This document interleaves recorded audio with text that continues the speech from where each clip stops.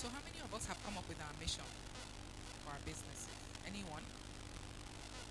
And for those online, you can share your feedback or your comments in the Q&A box. We'll be seeing them. Does anyone have a mission statement ready already for their business? Yes? Oh, wow. How about your vision statement? We have them already. Wow, I'm so excited. Am I like one of those epicals I spoke about last week? What about our core values? They are ready. You guys are going for the money. I love it. I absolutely love it. Can I bother anyone to share their mission with us? It's a good marketing strategy. The sooner people start to know about this business, right? The more patronage we can get. So please feel free to share your mission statement. Any volunteers in the house? Or we're hiding it, we're coding our mission statement. Share it all. Now you have an opportunity so that in case it's left, quickly advise you and say this mission is left. Anybody? You want to share? Yeah. Thank you. Miss Lawrence and my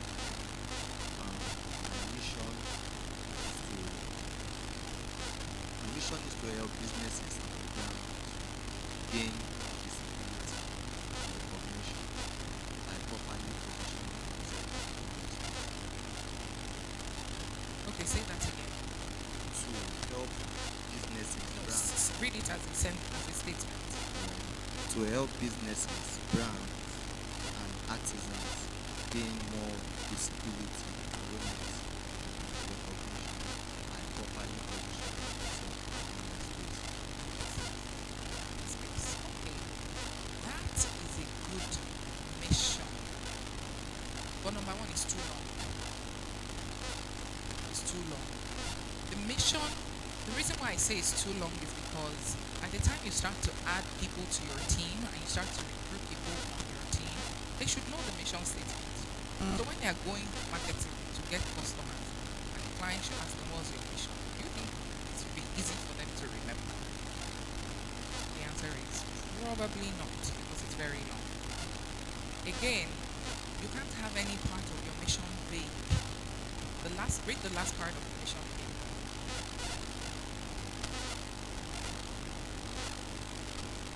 Properly positioning. Like properly positioning themselves. What is that? What does properly positioning yourself?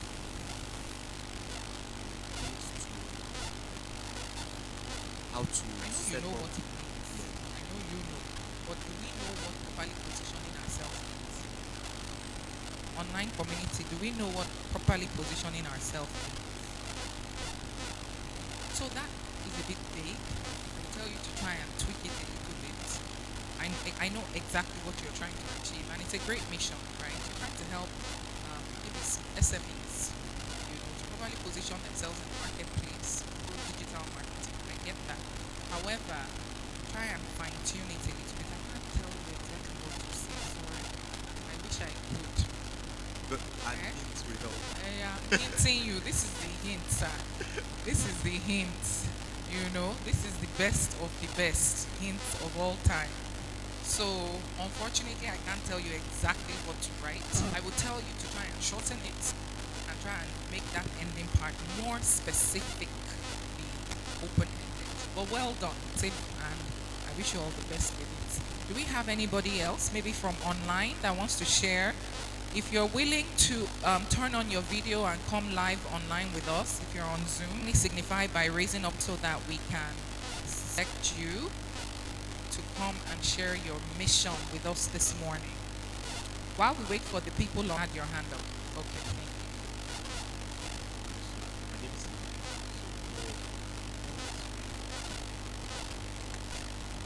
I want you to read it as a statement. So to make to make the concept step.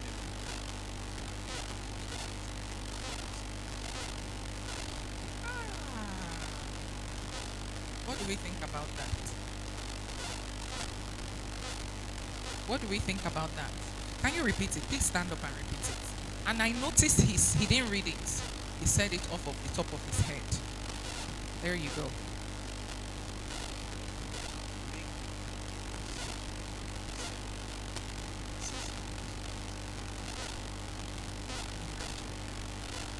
Can we give him a round of That is a fantastic mission statement. Do we see to make STEM education available to second primary and secondary school students in Nigeria? I know I've changed the words a little bit, but that's basically what he's trying to achieve. It's very specific. He didn't say to students. He didn't say across the world. He said for primary and secondary students in Nigeria. You can't miss it. Do we have any questions? Is it unclear exactly what he's trying to achieve from that statement? We know exactly what he's trying to achieve. That is what a mission statement should sound like. Okay? So if I was to grade that mission statement, can you guess what I would grade it? 99. No, Mama. Auntie. 99. Anybody? 70. Anyone else? 85. Ah, yeah, you guys are very generous. 85. You two were going to say 85. Wow. 95. Okay, let's keep guessing. No problems. But that is a good mission statement. That is what we expect when we ask you to do your mission statement. Okay? So, is there anything else you want to share that we learned last week? Just to ginger and refreshing our memories. Because sometimes when weekend passes by, we kind of forget a few things. Does anybody else have anything they want to share about what they learned last week? Yes, please. Hear me? I feel like it's the same set of people that answer questions all the time. So I'm going to change the strategy a little bit. Now I will just be calling on you. We'll do it like primary school teaching.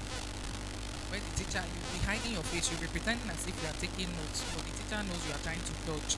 So they'll say, you in the back, writing, yes, you.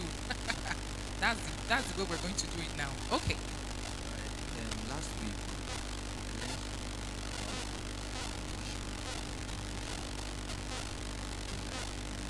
mission is the reason why we started your mission. Why your vision is more like where you see yourself in the next few years, what you see to achieve. Perfect. Do we agree with him? Great. Thank you. Your mission is really why you're in business. Why did I start this business? What do I hope to achieve? That is our mission. And our vision is where we see the business in a few years from now. 10, 15, 20 years. What we hope to achieve. That is the vision. So every step of our mission will get us to our vision. Right? We have a lady in the back. Sayemi. Brown.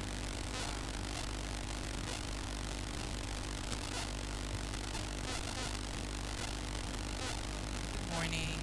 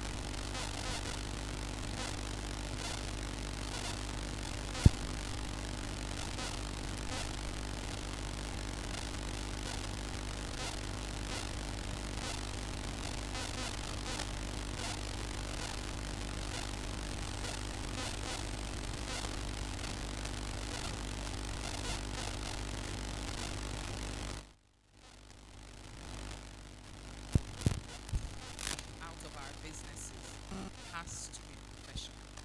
And professionalism when writing means there can't be any errors, no typographical errors, no editing errors. It must be perfect. You must prepare these business plans like our president is going to read it. Anytime you do a professional document, do it like you are submitting it to the president. That is the quality of business plan hope to read during the time of submission. So, yes, you're absolutely right. Executive summary comes at the end after you've written your entire business plan. You now use your business plan to write a summary of everything you've written. Even though we write the executive summary at the end, it comes at the beginning of the business plan. Because, like we said, not everybody will have the luxury of time to read the entire document. So, what they would be doing at that point is reading your executive summary to know if they're interested in even opening the document or not. Okay, we have presents from Oshun, Kwara, Kogi, Cross River, Gombe, Ogun, Lagos, Imo, Bauchi, Delta, Abia, and Ekiti. We welcome you all. We acknowledge your presence. Thank you all for participating. You are all welcome. Okay, let's look at some of the people's questions online. Okay, a few people said they learned to read the executive summary, which someone else has said.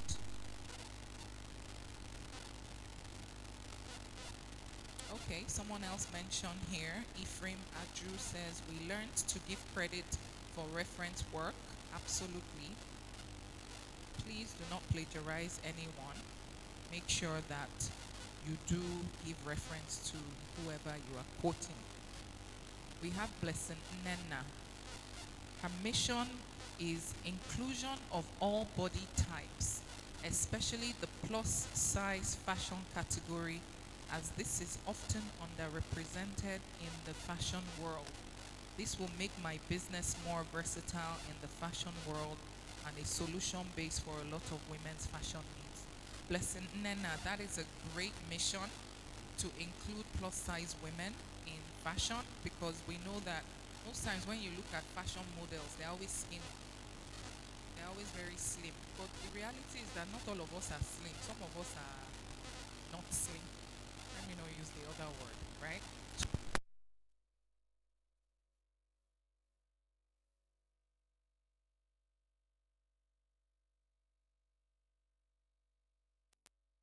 I would like to see the actual mission statement, as it's not really what you've written here is not really a mission statement. You've just told us what you hope to achieve. But what I'm looking for is an actual mission statement. Let me see if there is any other mission statement here. Lobayo, who says, good morning, my name is Olobayo Tomilola. My mission is to curate the finest fruit baskets and platters using the best seasonal fruits and premium items that is guaranteed to delight our customers. Okay. So to curate the finest fruit baskets and platters using the best seasonal fruits and premium gift items that is guaranteed to delight our customers. I think if I were to edit this business plan, I would remove the last part of the business plan. I mean, of the mission rather. I would remove the last part and just leave it short and as simple as possible. Right? That is a good mission, to curate the finest fruit baskets and platters using the best seasonal fruits and premium gift items. Do we know what that business is from that mission? What is the business? She packages fruits. Is it just fruits? Seasonal fruits. What else?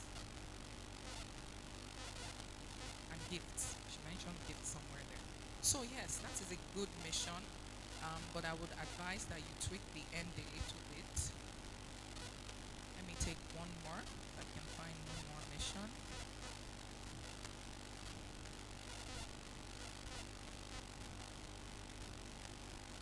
Okay, that's fine. It seems a few people online are still asking if the business plan should be written using a 500,000 naira budget. Although I addressed this last week, I will address it again. The 500,000 naira grant is to support your business. It's not to establish or define your business. So for those online asking this question, because I've seen it 3 times here already, there are 3 people that have actually asked. Delvite Ogu has asked that question, and I hope you're listening. The business plan is for your business. Nobody here knows what the budget of your business is going to cost to start it up. It's possible that you might require 500,000 to start that business. In which case you are blessed and you are lucky that if you do win, you've gotten all the capital you need to start the business. However, the idea of the grant is not to limit the scope of your business, but to support your business. So if, for example, I need 2 million naira to start my business or to expand my existing business and I win the 500,000 naira grant, it means right now I would only be looking for 1.5 million. Okay? So it's better to have your business the exact way you want it. Don't limit it to 500,000 naira because that is just a support grant. It's to assist you with your business. I hope that is clear. Okay, let's move right along with today's training. We spoke about your research, how to identify your market, what are the things, your target market or your target audience, how to identify them. Now we're going to look at our marketing and sales strategy. Today we're going to be looking at our marketing and sales strategy. If you can please.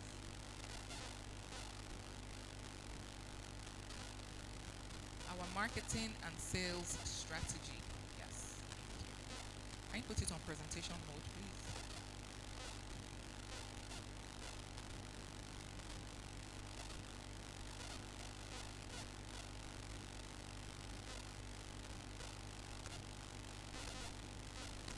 Okay.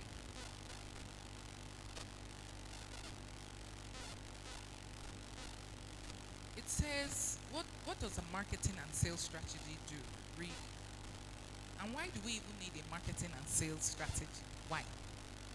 Because the truth is, as great as all the businesses we have in this room and online are, and all your businesses are great, we know you guys are going to come up with fantastic business ideas. We've already heard a few. The truth of the matter is that if only you knows about these business plans or these businesses, are they really businesses? If I'm the only one that knows about my business, is it really a business? What do I need for it to become a business? One of the things I need. Awareness. Why do I need awareness? To attract customers. Absolutely. And I'm glad we have someone in the digital marketing space here because those are some of the ways in which we can get customers to know about our business. Do we agree? There are different kinds of marketing or sales strategies. There are so many different types. So, which works?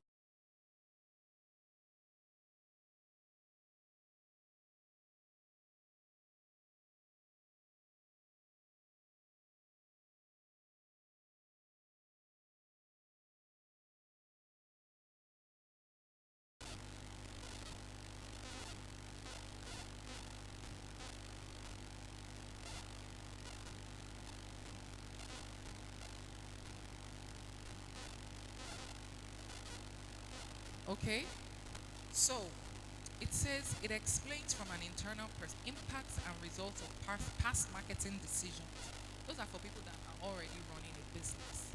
It explains the external market in which the business is competing. It sets goals to direct future marketing efforts. It sets clear, realistic, and measurable targets. Remember, we spoke about SMART goals. It includes deadlines for meeting those targets, provides a budget for all marketing activities.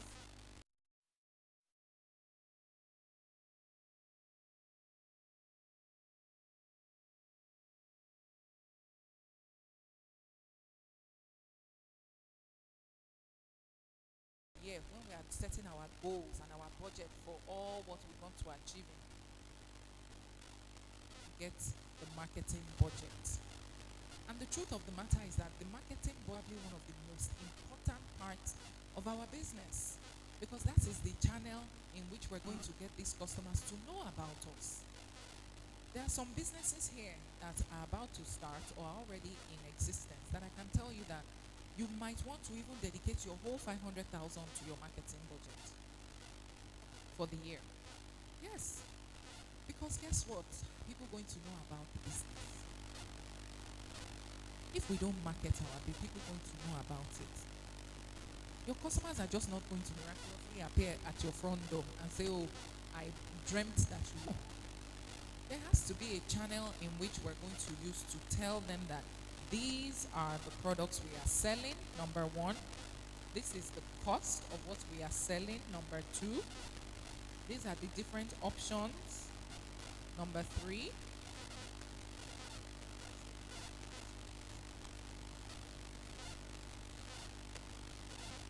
just one second.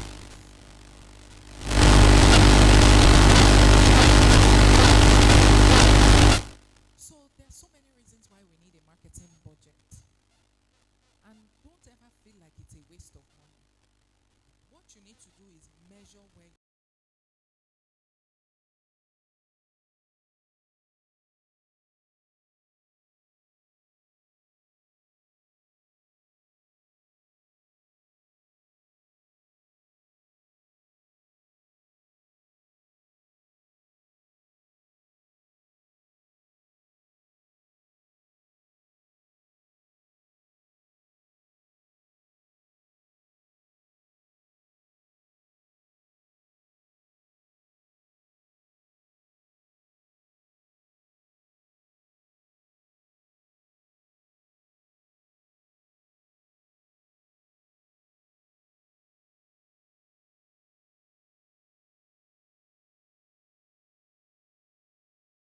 I went to the supermarket and I saw your company name on one of the products, for example, but I didn't need it at that time. But the name stuck in my mind. And then when I get home, I type the company name. If you have home, my information is going to come out. Your address, number, your website, right? Your opening and closing hours. It will even have a Google Maps up how to get there. Google will tell me how to get there. So it's very important. I encourage us to do that. It helps us of our marketing, right?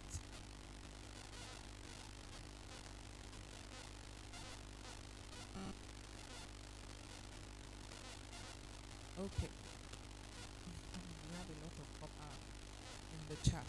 So yes, so please let's make sure that we pay our budget and just our marketing of our business in general. Okay? Because the reality is that as great as these businesses are, I don't want us to underrate the sales and marketing strategy. That is what is going to help us sell. No matter how good your business is, and I'm sure we have a lot of great businesses, they are useless if you do not sell. And these are some of the ways in which we're going to sell. So it says the sales and marketing section of your business plan especially crucial because it determines how you plan to generate what? Profits. That's where the money is coming from. Remember when these solar they call them solar inverters, thank you. When the solar inverters came about, how many people remember when they started getting popular in Nigeria? Do we remember?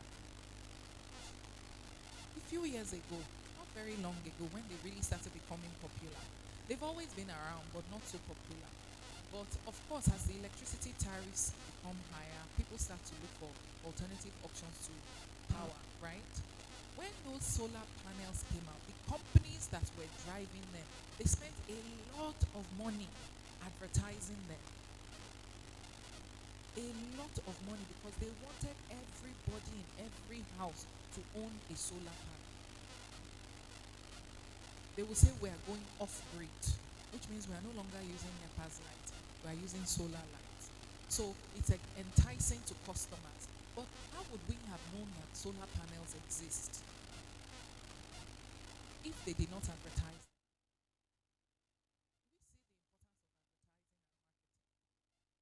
Very important. That is where our money is coming from. So this section of segment or section of the training is very, very important. I want us to pay a lot of attention attention to this section. The only way that profit is going to come, right, is through our sales and marketing. Now, there was someone here last week, or maybe when we first started, that asked that Nigerians don't want to buy my products. They would rather buy the bigger brands, the Harpics, the Omos, you know, all those other brands. One of the reasons why might be because Nigerians don't know about your product. They don't know about your product. That could be a reason. Yeah, we don't know it exists, so we cannot buy what we do not know. Do we agree? I'm sure if I ask the individual to call the name of the brand of his products, and he calls it, many of us may not know it. So that tells us that we need to pay attention in our sales and marketing. It is really a very critical aspect of your business. And anybody that is going to invest in your business, I know we are not investing like giving grants, but in the future, when you want to scale from size A to size B, or you want to add that new product line, you're going to look for potential investors, right? Perhaps, yeah. And you're going to have to do this business plan, right? Yes. They would want to see what is your go-to-market strategy. How do you plan to get this product to the market? One of your strategies must be your sales and marketing.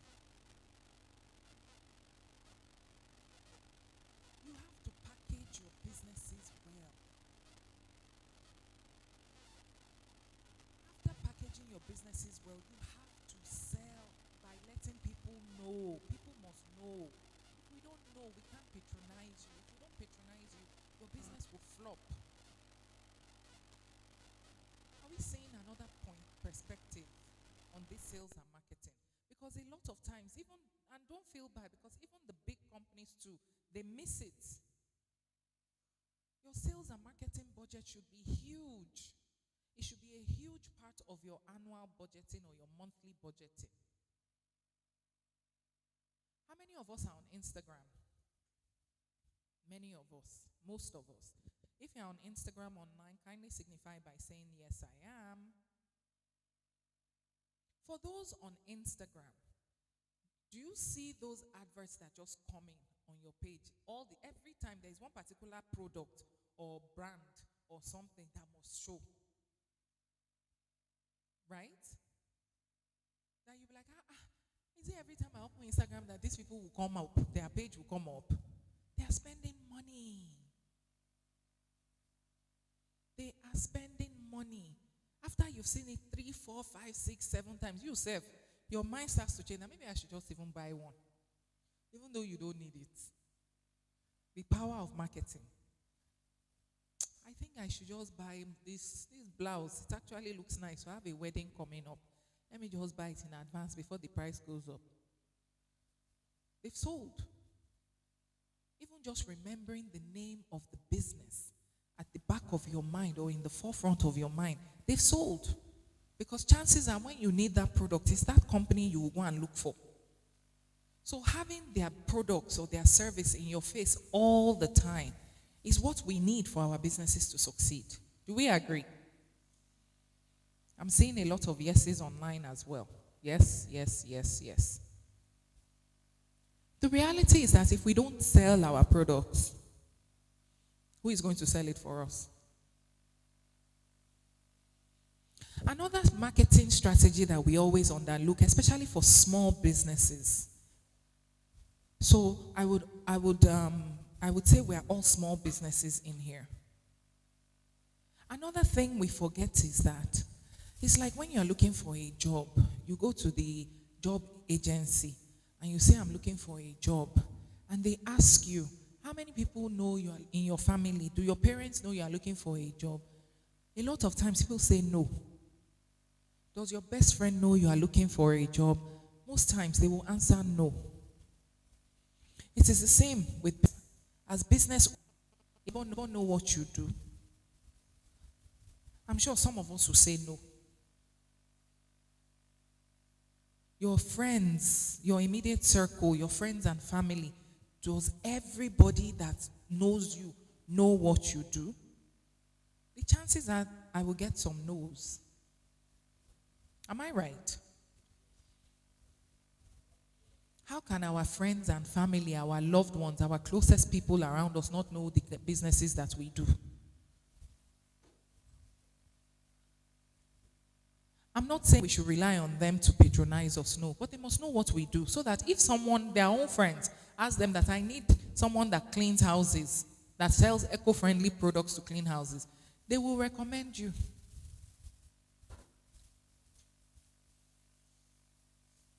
If someone is looking for STEM lessons for their kids, and they don't even know, they just went to school that day and school said every child must get a STEM teacher in the house.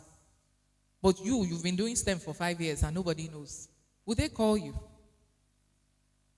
Let's not underrate the fact that everybody that knows us must know our business. When money is lacking for advertising, we can't afford sponsored ads. We don't budget. I want to, for those that will win the grants, use some of that money for your marketing. Use some of that money for your marketing. You won't regret it. You know, you can be marketing to people in Ghana. You can be marketing to people in Benin. I went to a store a few months ago. They sell female clothing. As I walked in through the door, I just saw bag floor. They had packaged them, degrees of clothes that they were going to go and dispatch. And I asked the woman, I said, please, this looks like a lot of people have sold, because obviously you've sold them if you've packaged them for dispatch already. I said, how many are they? She said, 850.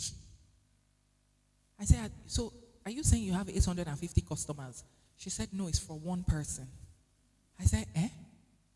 I said, please, who is the customer? She said, she's in Togo. Ah.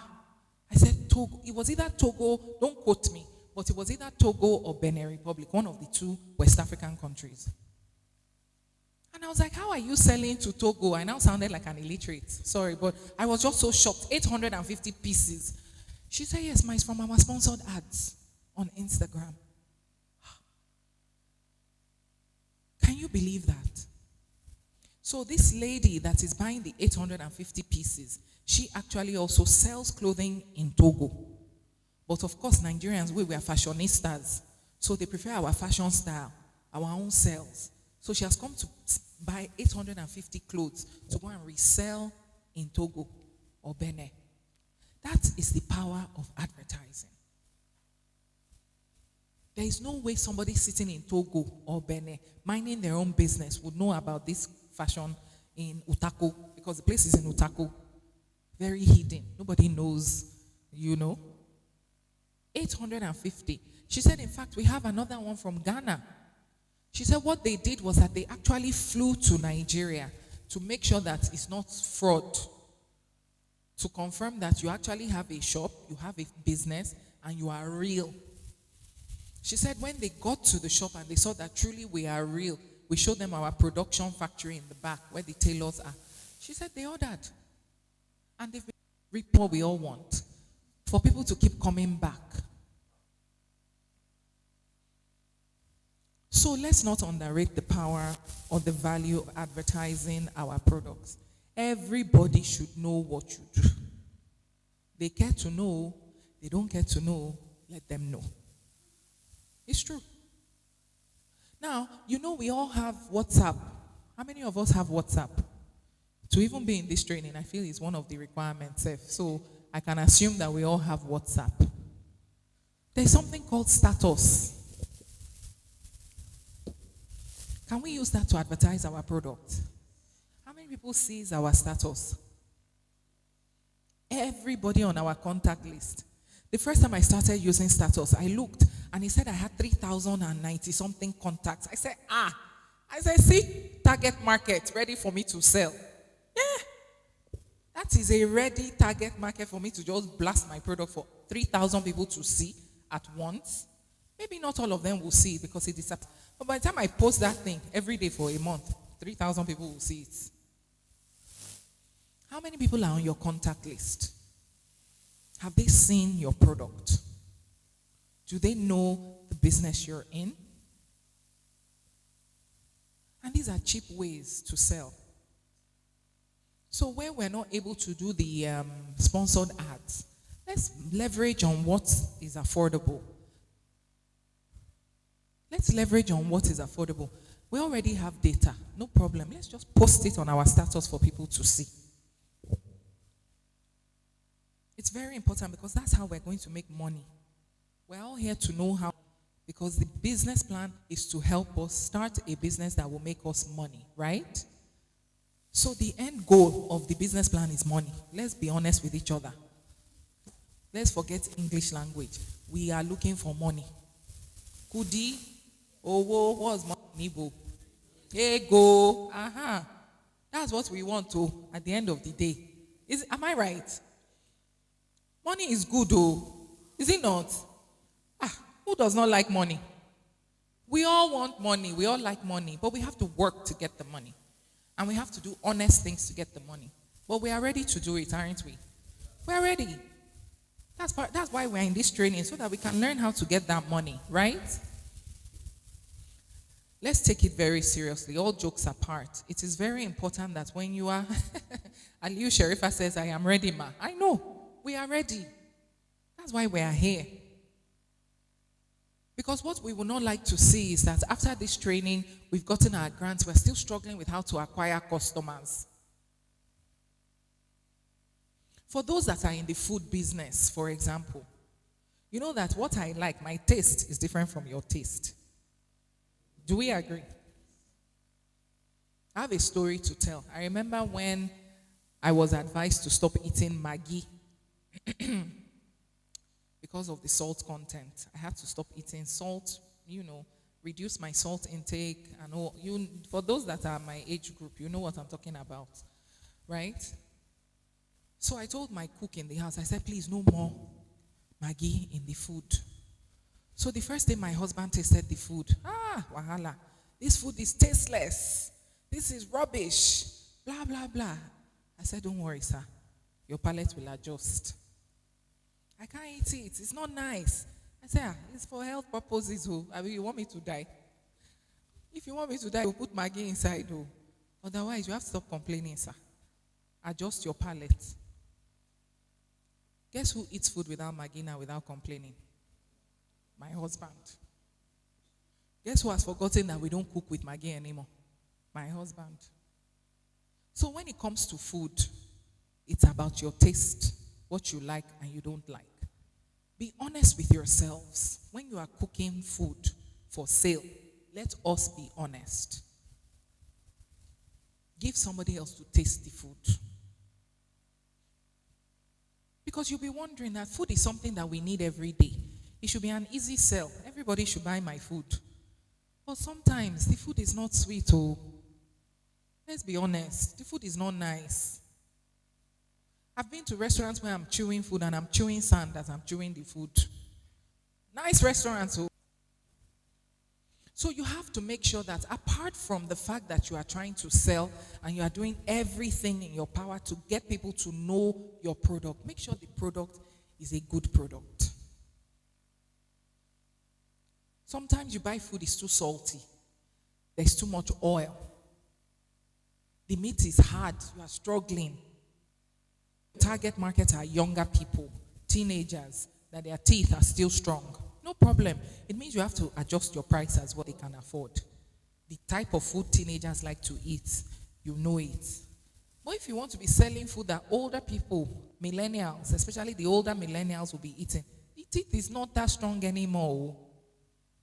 Which means you have to make sure the food is ready for the market you want to sell it for. These are the important things we always need to consider when we are packaging our products together. Because a lot of times we'll complain, I'm not getting customers, I can't sell my food, nobody is buying my dish. The first question the online community is following as well is, who even knows about these products? This is my afang soup that I'm selling. Who knows about it? Who knows about it? I'm just giving the caterers in the house an idea of the kind of soup I like. So that if they want to bring, You are laughing.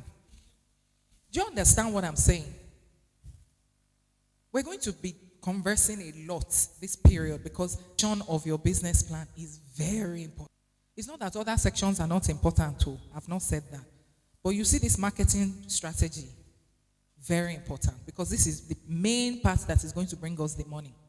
Is that if people don't know about our business, we can't sell. Package your businesses well. Look at other businesses in your industry and how they've packaged their business. Copy them.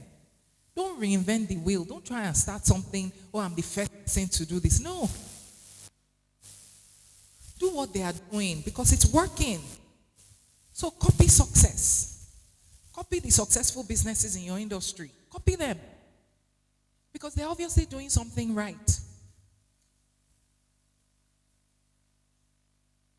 You know that if I share my business plan with you now, and I give you all my business plan, and I say, let everybody go and start doing this business. Do you know that chances are not all of you will be successful doing that business? Do we agree? Why do we think that is so? You have all the expo. I've given you my full business plan. Oh yeah, what's wrong with it? Why do you think not all of us will be successful? Or as successful as me, the owner of the business? Why do you think that is so?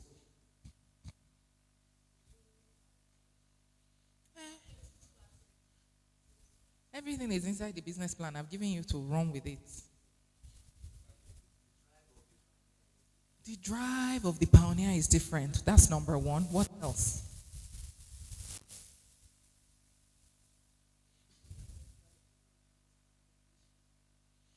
No, you have read it now, so you should understand the mission and the vision.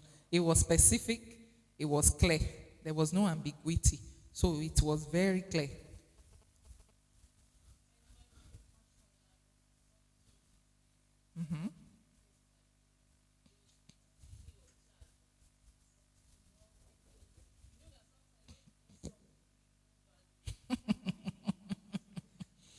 Do we agree? And sometimes when we get things for free, we don't value it. But isn't this training free? You better value it too. People of God, value this training. Oh. The reality is that outside of that, and I've heard what you've all said, is that nobody can do things the way I do it. It's unique to me. I am my own person. So what that tells you is that regardless of what kind of business you are doing, you are going to put your own touch to that business. That is what separates you and I. So make sure you leave your touch in your business. If you are doing, for example, taxi service where you are using your car as like an Uber or a Bolt, make your own Uber stand out. Make it unique to you. There are some Ubers that when you enter, they have chargers, iPhone, USB, this and that for you, for the customers to use to charge their phone while they're in the car. Some have suites inside for you to lick while you're in the car. That is unique to them. So you'll be wondering why their own business is thriving and your own is not thriving and you are in the same business. They found a uniqueness for their own business. We must have that unique thing that separates us from the other person. If we don't have that unique thing, we will find out that once in a while we might struggle with the competition. I hope we are paying attention because by the time you start to write your marketing strategy, these are some of the things we hope to see. What it is that you are doing that is making you stand out, different. It doesn't have to be anything big. Excuse me, I'm doing Uber, and me, in my own Uber, there is always tom-tom inside the car for my passengers. Simple. That is unique to my car, unique to my service. It could be that when you patronize my business, what is unique to me is that I send my receipt via email. I'm not killing trees, printing paper. I'm eco-friendly or eco-centric. So when I want to give you your receipt, I ask for your email address. Before you leave my shop, you just get notification of your receipts.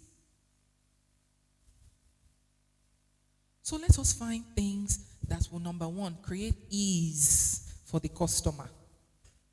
Ease. Don't make me have to do 5 things to patronize you. Number one. Number two, find something unique that you can throw into your business that will help you be different or better or more attractive to the customer than the competition.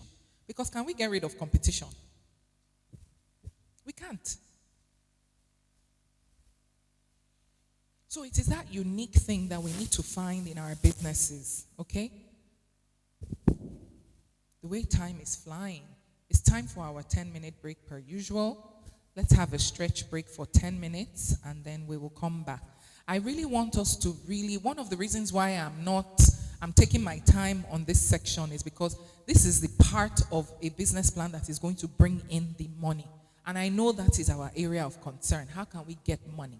Repeating myself over and over again, there is a reason. As Nigerians will say, he gets why. He get why, right? He gets why. Oh, this is the money part. So please bear with me, but I really want us to win this grant.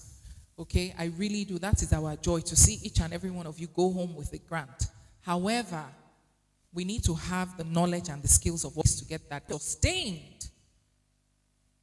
We want your businesses to be sustained. We don't want you to start in January and then by December we're asking, so how far now? That business, I don't lock them, I don't lock up. Is that what we want? No. Me, I will be looking out. You know, I have your business plan. So I will be looking out for your businesses on the internet, on the streets, supermarkets. I will be doing my own looking out. You never know, I might be a potential customer for your business. I already know that I'm interested in the STEM because I told you. I have children of STEM age. So in this room, we might already have customers who let's dazzle ourselves with our business plans, okay? So we'll come back in 10 minutes. Let's stretch our legs a little bit, and then we'll be back in 10 minutes. Thank you all so much.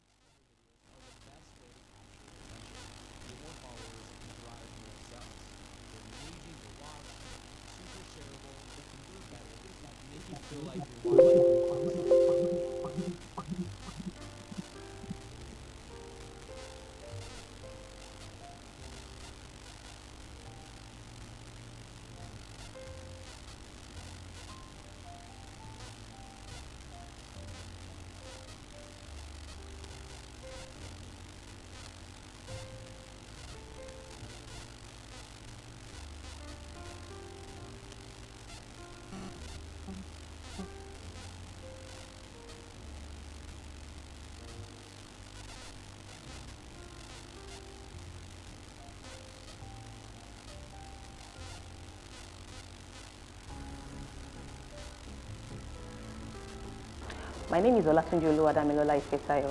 I'm a microbiologist and I'm one of the shortlisted for VTEE program. It was facilitated by Mrs. Bukala Mwaye. My name is Aisha Gambo and I'm the Creative Director of Cups and Sketches Enterprise. We're based in Cairo site here in Abuja. And one of the things she mentioned was how to prepare a good business plan and how a business plan is important for every business owner. I've really gained a lot of knowledge from how to write my business plan, how to get my target audience, my company's mission, vision, and how to move my business forward. So I want to say a very big thank you to the Office of the President and Honorable Abiola Arogundade, the SSA to the President, for this kind of program that is packaged for youth in the society. I believe it's going to put more smile on.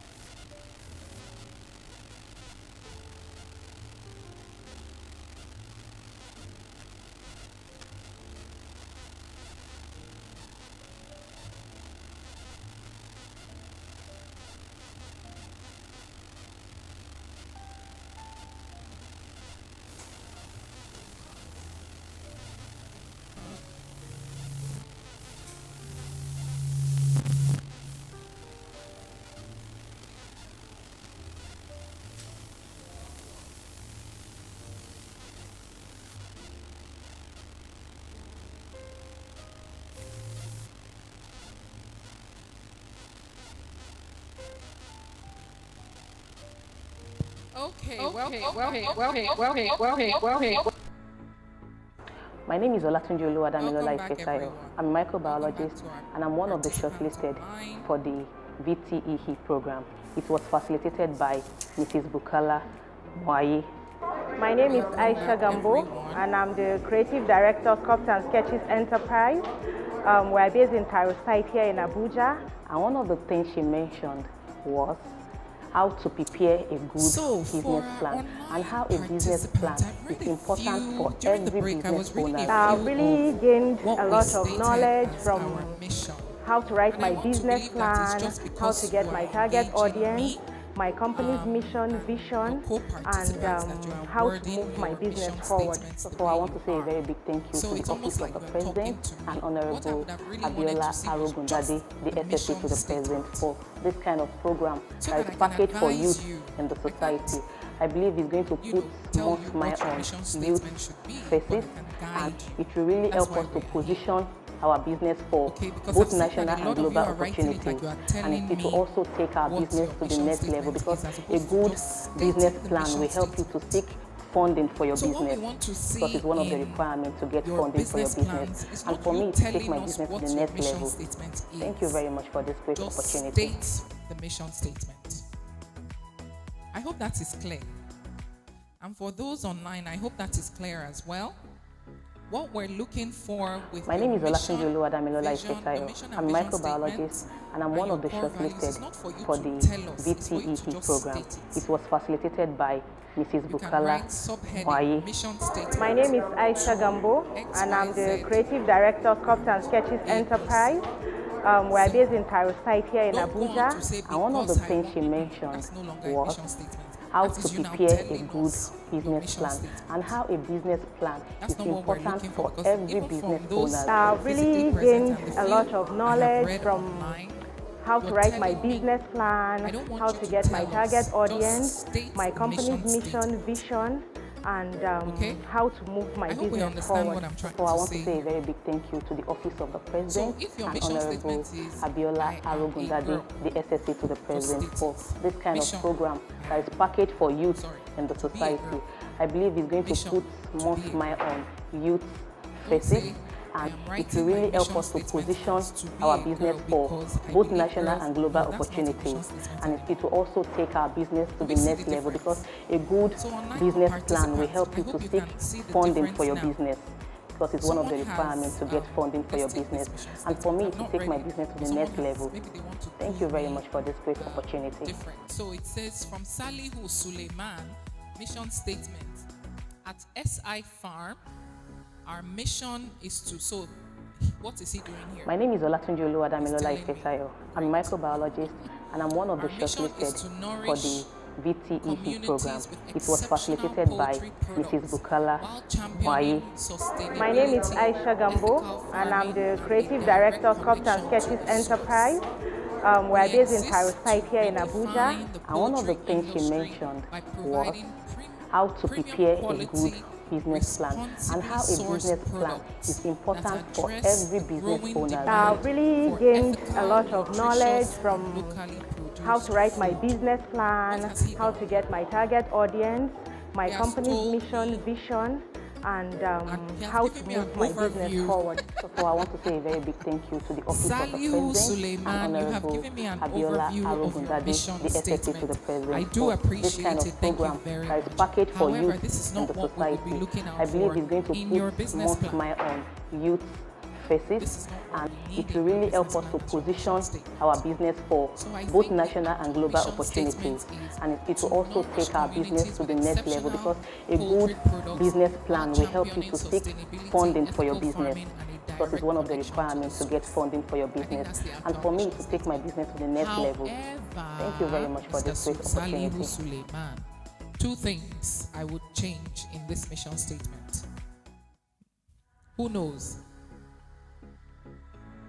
Number one, I will try My and name make is it Olatunji shorter. Oluwadamilola You already Ifesayo. know. I'm a The microbiologist shorter, the better. and I'm one of the I'm shortlisted not saying I for will not the accept long VTEP program. mission statements, It was facilitated but I by find that the Mrs. longer Bukala the mission statement Mwaye. is, My name is Aisha Gambo, and I'm the Creative Director of Sculpt and Sketches Enterprise. We're based in Cairo site here in Abuja. And one of the things she mentioned more vague was the mission statement how to tends, prepare a good it's always business vague. plan and how a business So I plan would is change that. important And for then every when you say business owner. connection I've to the really source, gained a lot is it of specific knowledge or from vague? how to write my business plan, how to get my target audience, my company's mission, vision, and how to move my business forward. So I want to say a very big thank you to the Office of the President and Honorable Abiola Arogundade, the SSA to the President, for this kind of program that is packaged for youth in the society. I believe it's going to put more smile on youth faces, and it will really help us to position our business for both national and global opportunities. And it will also take our business to the next level, because a good business plan will help you to seek funding for your business, because it's one of the requirements to get funding for your business. And for me to take my business to the next level. Thank you very much for this great opportunity. That's why I told you from day one that you should start working on your mission and your vision statements, because you must think. They are thought-provoking. My name is Olatunji Oluwadamilola Ifetayo. I'm a microbiologist, and I'm one of the shortlisted for the VTEE program. It was facilitated by Mrs. Bukala Mwaye. My name is Aisha Gambo, and I'm the Creative Director of Cups and Sketches Enterprise. We're based in Cairo site here in Abuja. And one of the things she mentioned was how to prepare a good business plan and how a business plan is important for every business owner. I've really gained a lot of knowledge from how to write my business plan, how to get my target audience, my company's mission, vision, and how to move my business forward. So I want to say a very big thank you to the Office of the President and Honorable Abiola Arogundade, the SSA to the President, for this kind of program that is packaged for youth in the society. I believe it's going to put more smile on youth faces, and it will really help us to position our business for both national and global opportunities. And it will also take our business to the next level, because a good business plan will help you to seek funding for your business, because it's one of the requirements to get funding for your business. And for me to take my business to the next level. Thank you very much for this great opportunity. That is the reason why I am in business. I am in business to provide digital marketing services to SMEs. My name is Olatunji Oluwadamilola Ifetayo. I'm a microbiologist, and I'm one of the shortlisted for the VTEE program. It was facilitated by Mrs. Bukala Mwaye. My name is Aisha Gambo, and I'm the Creative Director of Cups and Sketches Enterprise. We're based in Cairo site here in Abuja. And one of the things she mentioned was how to prepare a good business plan and how a business plan is important for every business owner. I've really gained a lot of knowledge from how to write my business plan, how to get my target audience, my company's mission, vision, and how to move my business forward. So I want to say a very big thank you to the Office of the President and Honorable Abiola Arogundade, the SSA to the President, for this kind of program that is packaged for youth in the society. I believe it's going to put more smile on youth faces, and it will really help us to position our business for both national and global opportunities. And it will also take our business to the next level, because a good business plan will help you to seek funding for your business, because it's one of the requirements to get funding for your business. And for me to take my business to the next level. Thank you very much for this great opportunity. Right? So it's easy to, you can't mix global. Global is not Africa. Global is... My name is Olatunji Oluwadamilola Ifetayo. I'm a microbiologist, and I'm one of the shortlisted for the VTEE program. It was facilitated by Mrs. Bukala Mwaye.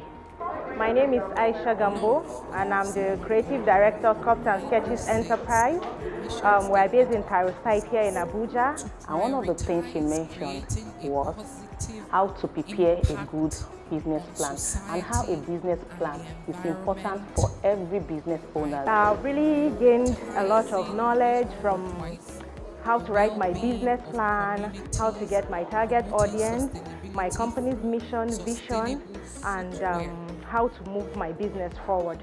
So I want to say a very big thank you to the Don't Office of the laugh. President If and I call you Honorable out to read your Abiola book now, Arogundade, the SSA to we the are President, learning. for This is a this kind learning of program environment. that is packaged for youth Wrong in the answer. society. I believe it's going to put I don't more know if smile love is on a man or a youth woman, faces, and but for it will really love, help us to your mission position our statement business is for both national and repetitive, global opportunities, and it is a and bit it will also ambiguous. take our business to the The next goal is level, to because have a sustainable good footwear. business Get plan will that. help you to seek But what you're funding trying for to your also business, tell us is how because it's you one of plan the to get requirements to this. get funding for your I business. also get And that. for me So to my take my advice business to to you the would be next to go level. and restructure Thank the you way very much for you have this great stated this. Number opportunity. one, you're using the same words over and over again. You use sustainable twice. You use prioritize twice. Right? So I would advise you that you retweet. My name is Olatunji the Oluwadamilola way you Ifetayo. have I'm a stated your mission microbiologist, statement. and I'm one You're of the trying to do something very shortlisted for the commendable. I do commend you VTEE for program. that. It was facilitated by But Mrs. Bukala I Waye. wouldn't. That's My not name is really Aisha real. Gambo, It's not a and I'm the solid creative mission director of Cups statement. and Sketches Enterprise. I We're wouldn't based grade in if I was to grade Parasite that here in mission statement, I Abuja. wouldn't grade you And one even of a the 7. things she mentioned was So I how would to advise prepare love, a if you good can hear me, business to plan, just and how look a at that business again. plan And is what important you're for trying to every do business is owner. provide I've really gained maybe a lot of eco-friendly knowledge kind of from footwear, maybe through how to write recycled my products business and things like plan, that. how Thank to you. get my target So find a audience, way to just my boil it company's to be a mission, very vision, simple and statement. When how you to say move my business forward. prioritize, So I want to say a very big thank you to the it's Office of hard the to measure President and prioritizing Honorable something. Abiola Arogundade, It's hard the to SSA measure. to the So President, it's no for longer this kind of smart. program Remember we that talked is about packaged for smart, youth in the specific, society. I measurable, believe it's going to put actionable more or smile on achievable, youth realistic faces. and timely. So it's really hard to measure when you say prioritize. So I would advise that you change that. Let me see if I can grab one more.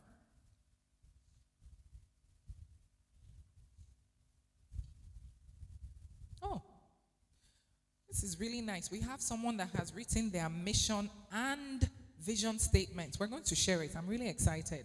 So I've not read it, so I don't know, but it's just exciting to see here. So we have Garzali Abdullahi Satatima. Apologies if I've mispronounced your name. And he goes, my mission statement, I want with the utmost comfort and support. Very commendable. I commend what you're trying to do. I do. But I think your mission statement, you are now telling me what the statement is. You've not stated it. Because you've really gone further to say, we strive to inspire. That's not part of the mission statement. Do we agree? So Garzali, your mission statement is to create high quality and innovative footwear that enhances the lives of our customers. I think if you stop there, that's a mission statement. However, because I'm not giving expo here, I can't say that that is your mission statement. I would say that when you say enhances the lives of our customers, what does it mean to enhance the lives? So Garzali, I would say you should look at that a little bit and try and tweak it to be a bit more specific. Let's read his vision statement. Our vision is to be the leading footwear brand. He just copied. No, I'm just kidding. He didn't.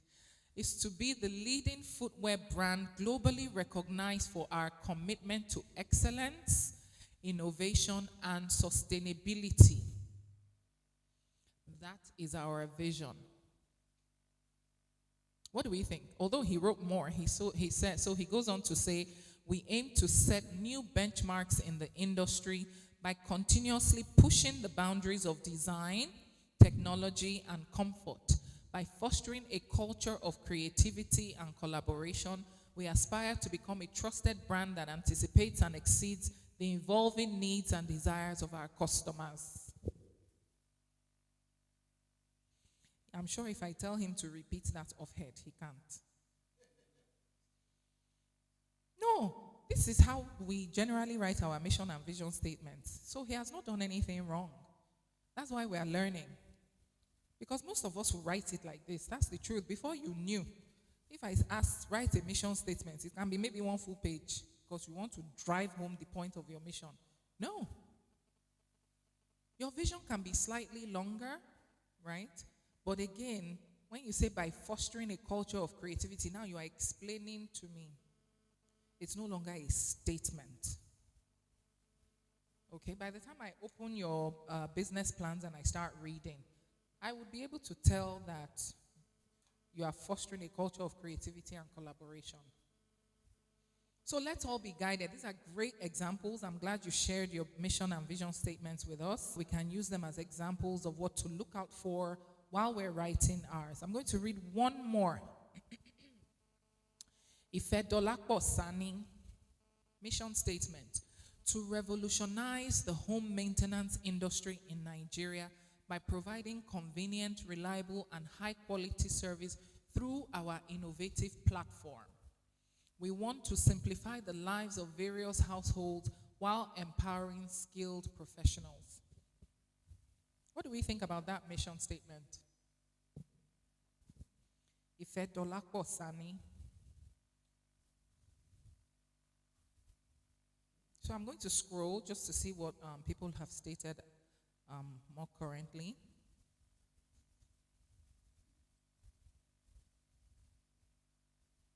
What do we think about that mission statement? It's long, isn't it? I think half of that would have told us exactly what our mission statement was. Okay, let's move on. Thank you all so much for sharing your mission and your vision with us. Let's just be guided accordingly as to the length of our mission and vision statements, number one. The clarity of the statement, so it shouldn't be ambiguous. It should be straightforward and straight to the point. Once I read your mission statement, I should know exactly why you are in business. I shouldn't have to guess if this is what you are trying to say or if this is what you are trying to do. It should be very clear. Do we get it? Okay, please share my screen, please. Thank you. Okay, so we went on to talk about how crucial your sales and marketing part of your business plan is, because it shows and determines how you're going to generate profit. It goes on to say how you intend to create exposure to best sell your product. We've spoken about that extensively. It's in this area of your business plan that you will hone in on key elements of your marketing strategy. Who has a marketing strategy already for their business?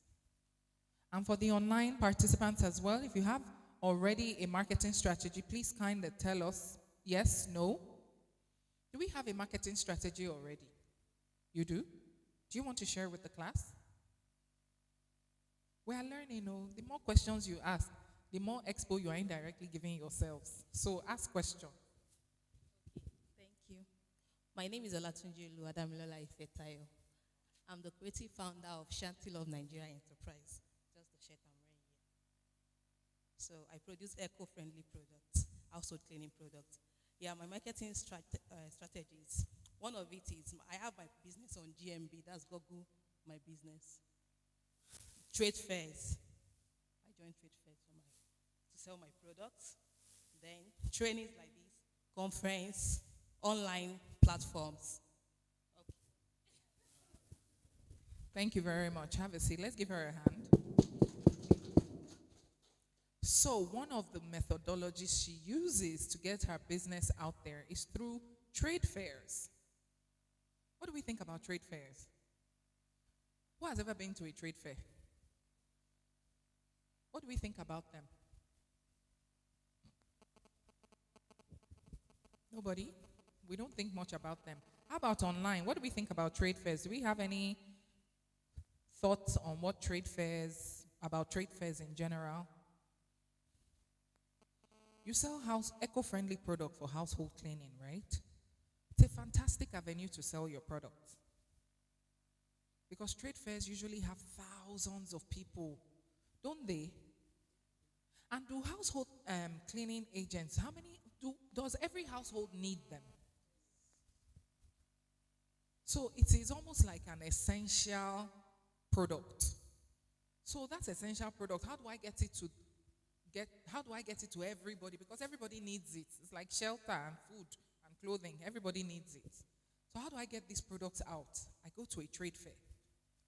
Because I know that in that trade fair, at least 300 people will see the product.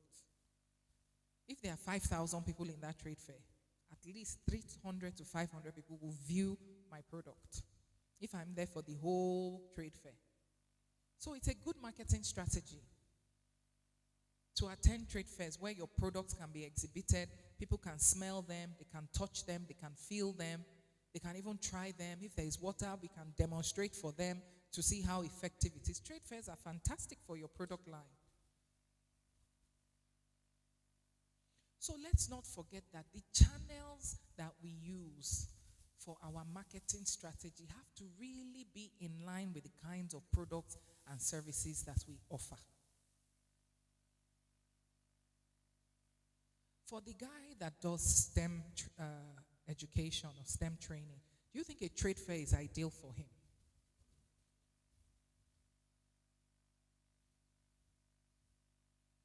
We all said no. Why? Why?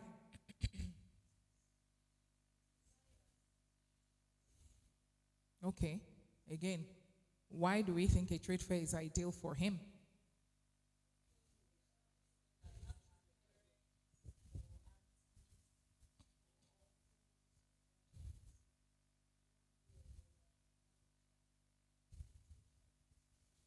So how would he position himself in the trade fair? Someone said at the entrance. Flyers, yes. T-shirts, face caps. So branded material. I think a trade fair is a good place for him to sell his business because he has a large crowd of people. And he can actually his own strategy might just be pass out flyers. Most people don't read. Let's be honest. We don't read and we hate flyers. So, if you want 100 people to see your flyers, you have to give 1,000.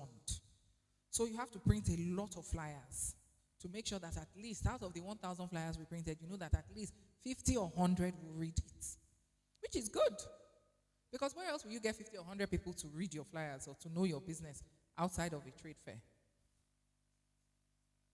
So, let's make sure that the marketing channels that we use works for our type of business. For digital marketing, maybe you would have all these screens that are showing like advertising, some of your services that you've done, signages, different kinds of signages, right? But the reality is that if you don't get that marketing strategy right, you might struggle in your businesses. Because you'll just be wondering, but I'm spending money on advertising now. Why aren't customers coming? Make sure that you are using the right channel for the type of business you run. Okay, we have some people talking about their marketing strategy online. Let's share. Khalil Yusuf says, our marketing strategy aims to reach our target audience and establish Mr. Cake Cluster Spread Nigeria Limited as a trusted and reliable electrical service provider in the Kano area and beyond through online presence, offline marketing, and public relations. So the marketing strategy, without a doubt, is to spread the business, right? So we already know that. That's a given. So the real channels you're using is having an online presence is part of his marketing strategy. Offline marketing and public relations. Offline marketing, I'm guessing, is maybe door to door. You go to businesses and offices and you introduce the business to them. That's my understanding of probably what he means by offline marketing. So that's good. As a book distributor, this is from an anonymous attendee. And dear anonymous attendees, we advise that you please show us your name so that we can give reference to when due, so that we can acknowledge your submissions, because if we don't know who you are, that poses a slight problem. So kindly open up your names. Let's know who you are. So anonymous attendee says, as a book distributor, my marketing strategy is, and he or she goes on to list 8, which is great. Complimentary cards, bulk SMS, social media groups, WhatsApp, Instagram, referrals, discount, personal contact. Are these marketing strategies? For a book distributor, do you think these are efficient? These are good for a book distributor.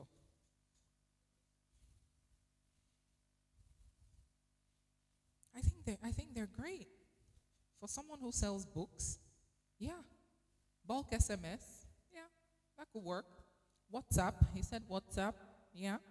Social media groups, personal contact, referrals. Let's not underestimate the power of referrals. I know a business that has been in business for the past 7 years on only referrals. They do not advertise, they don't sponsor any adverts, they don't do any of that. Purely based on referrals. It's not sustainable though, because at some point, people will get tired and they would have exhausted their network. But it has helped this business get to where it is today for 7 years. Why would anyone refer your business? Quality, trustworthy, value, commission. Yeah, I will refer your business if you pay me a commission. Why not? Yes. Price, yes. Accountability, accessibility. Sorry? Packaging, quantity.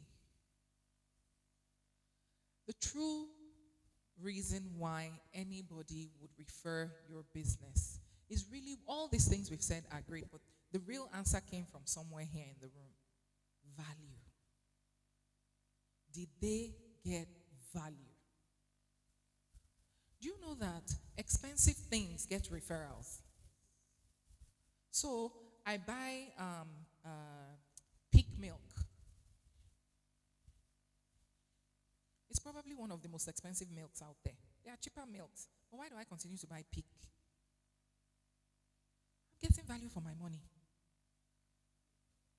It's giving what I want.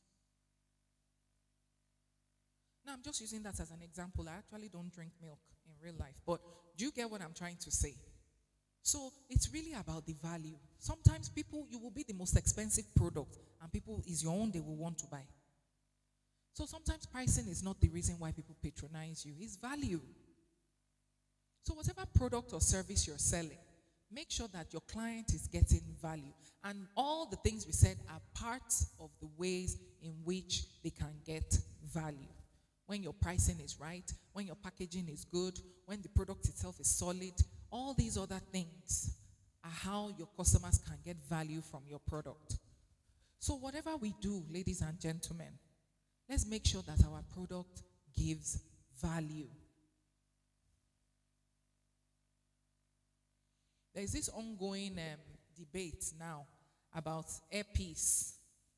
Airpeace has been in the news recently because now they are flying to the United Kingdom, the UK, Japan. And guess what? Their tickets are half the price of all the other guys. The big guys, British Airways and Virgin Atlantic. Their prices are very low. Very, very low. So there's a lot of news, there's a lot of press about them. And one day I was on Instagram and I was watching the posts, some of the posts. So they have some personalities, Omoni Oboli and some of her friends. They went to London for girls' trip sponsored by Airpeace to launch their trips to London, right? And the thing that I'm about to expose myself now. The one that caught my attention, it wasn't even the price for me. It was the food. Omo. Omo. Did you guys see the food? For me, that's value. I will fly Airpeace to London because of see the pounded yam and vegetable soup. I was like, wow. I mean, I can be walking like this on the plane. Full portions, goat meat, pepper soup. I said, they've sold me. I will buy the ticket. Don't worry. Say no more. Say no more. That's value for me. Because when you fly all these other airlines, no matter even if you pay $10,000, the food they are going to give you is small and it's tasteless and it's not filling. You are not full. It's like Oimbo food. Who wants that? When I can walk pounded yam on the flight and knock and sleep for 6 hours. Airpeace has my business. So you see, value. It's not always about price. It's not always about price.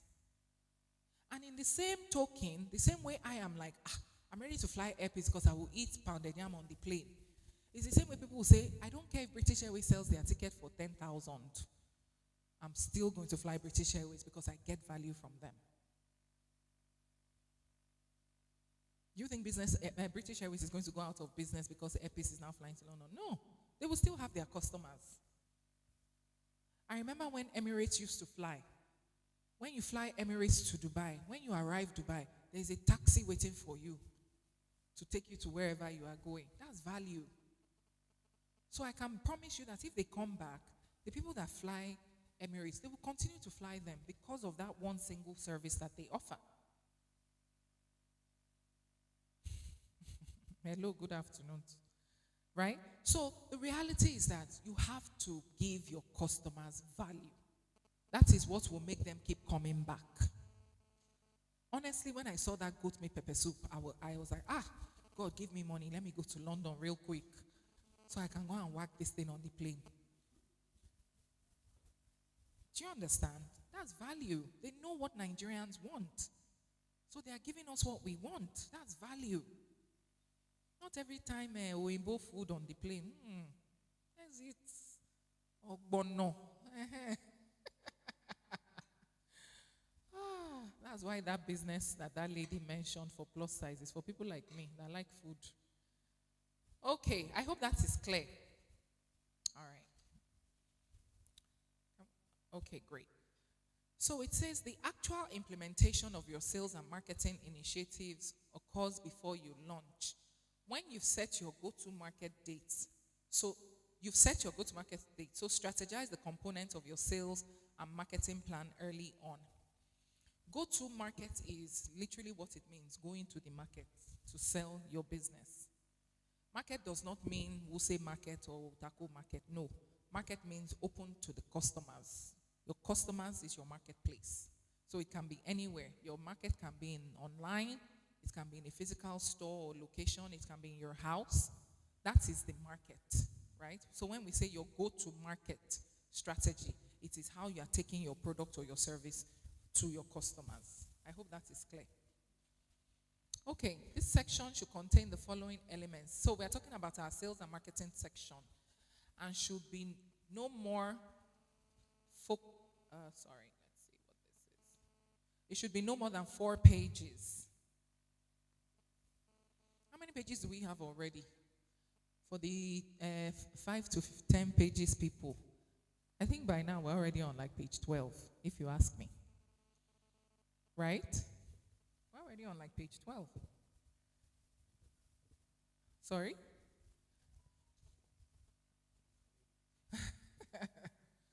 So, unique value proposition, that is what is unique about what I am selling.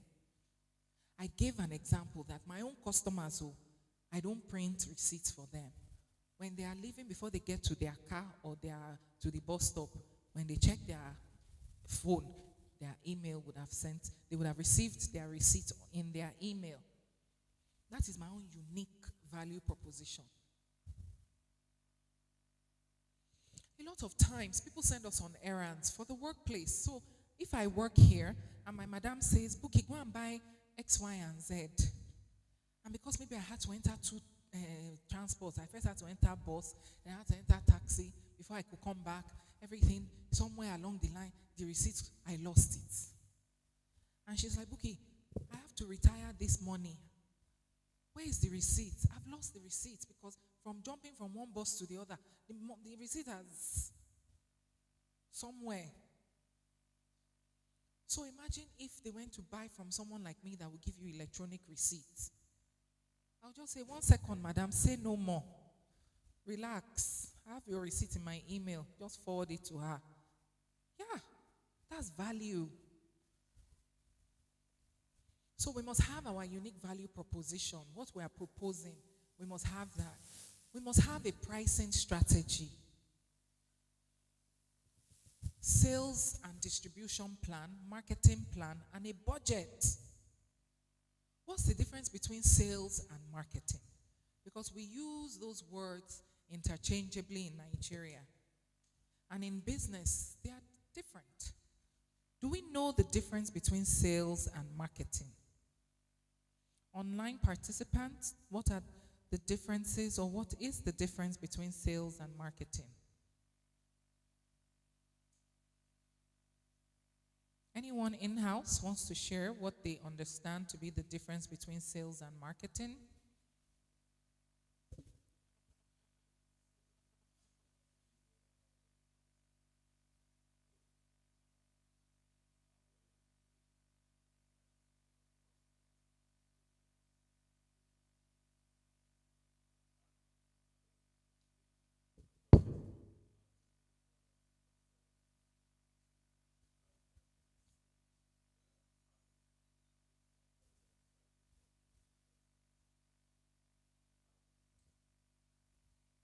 Okay, you're slightly incorrect. Well, that is how we really talk about sales and marketing in Nigeria. So you've said what the average Nigerian understands sales and marketing to be, but it's slightly incorrect. Does anybody else want to try? In-house or online? What is your understanding of sales versus marketing? Okay, Joseph Ada says marketing is like advertising, while sales is selling of the product. Spot on. That is it. That is it. Marketing is how you get to sell the product. Sales is the selling of the product. So if I put this flyer now, let's say this is this roll-up banner. This is my business information here. And I put it by the junction. That is marketing. Creating awareness of my product. That is marketing. When you see my sponsored ad online, on Instagram, I'm marketing. Right? When I collect your money in my pocket, I have sold. That is a sale. It's not only to collect my money in my pocket, but I've also now given you the product. There has been an even exchange. A transaction has happened. That is sales. Marketing is what helps us actually sell. And there are different mediums which we've spoken about of how to market. I hope that is clear, sir, in the back. Okay. Because a lot of times people confuse the two. So, thank you very much, Khalil. He says, okay, it's pretty much the same thing. Edo State, Joseph Erugbe says, marketing refers to all the processes and activities done in order to promote the business, which in turn leads to sales. Simple. Mansur Umar says, marketing is the process and strategy of selling. Well, while selling is direct business. Okay. Anonymous attendee says, sales is the disbursement of goods, while marketing is advertising. I wouldn't say disbursement. It's transactional. I can disburse and you are still owing me money. No, that's not selling. Sorry. Sales has not happened. Although in accounting, that would be considered accounts receivable, which is still a sale. But we are not getting into that right now. A sale is when your money is in my account and my shirt is in your hand. That is a sale. Simply put, marketing is the process in which I have gotten you to buy my product. So you saw my billboard on Aminu Kano Way in Wuse 2. That is marketing. Right? I came to knock on your door to say, Ma, I exist. This is my company. That is marketing. Wearing this t-shirt with my logo everywhere is marketing. So let's understand the two. Thank you all. Sales is prospecting, while marketing is promoting. We've clarified that. Okay, let's read this to include the online community some more. Abdul Jalilu Sani Garbar says sales and marketing are closely related but distinct functions within a business. Sales focus on direct interaction with customers to convert leads into paying customers. It involves activities such as prospecting. You know the ethicals when you Oga, Mr. Abdul Jalil, we know your type, don't worry. Let's continue reading. Such as prospecting, contacting potential customers, negotiating, and closing deals. That is sales when the deal is closed, right? Marketing involves creating, communicating. No, sorry, the page, it moved because of more messages coming up. Creating, communicating, and delivering value to customers through products or services. It encompasses a broader,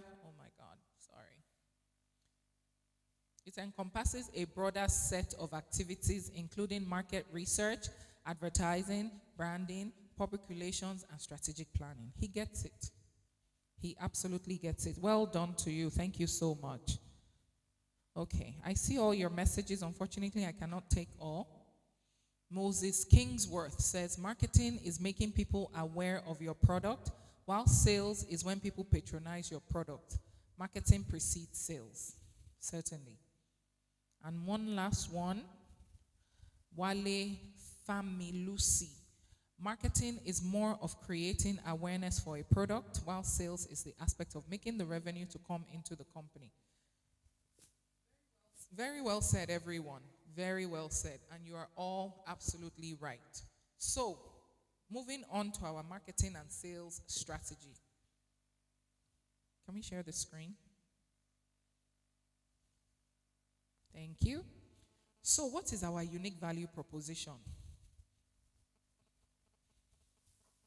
What is our unique value proposition?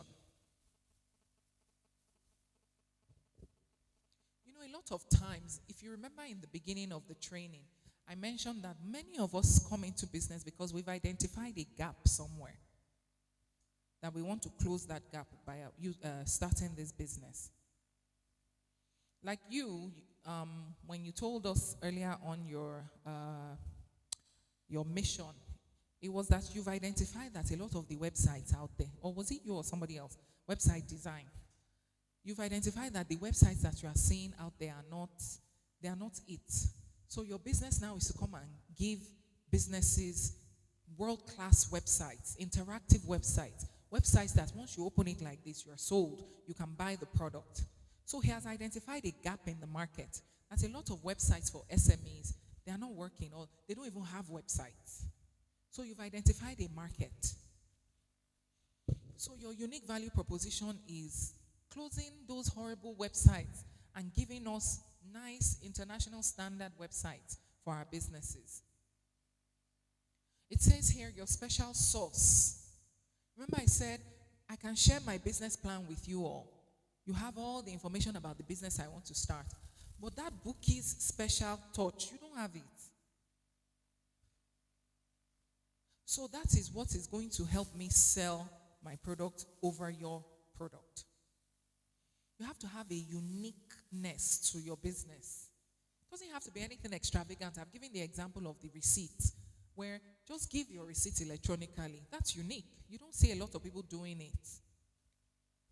Supermarkets, they are used to something in this Nigeria that I've noticed that is slightly upsetting. When you go to a supermarket, all the products have been barcoded. They all have barcodes, right? We know. So when you get to the register or to the till, the cashier, she will just do PIM and then drop it in the nylon bag, move to the next product, PIM, right? But in Nigeria, after they've scanned the product, they will still check to see that, is it the same? That's like counting money when you get to an ATM to count if it's complete. What is the essence of the barcode? It's a unique identifier, isn't it? So why, after scanning the barcode and it has rang up this thing, why do I still have to confirm? Can we find a service or a product that will stop that confirmation process? Because it's delaying customers. Customers that want to get out of it. I'm already angry, I'm spending 70,000 naira in this your supermarket. I don't want to stay in this place any longer than I have to. If someone can come up with a faster way to check people out of the supermarket, that is finding a unique, that will be getting a unique value proposition. Do you understand that? So yes, people will still go to the supermarket anyways, but what will be different this time is that they will be able to live quicker than in other supermarkets. That is the value. So I hope we understand. Online participants, I hope I'm clear. I hope you understand what I'm trying to say.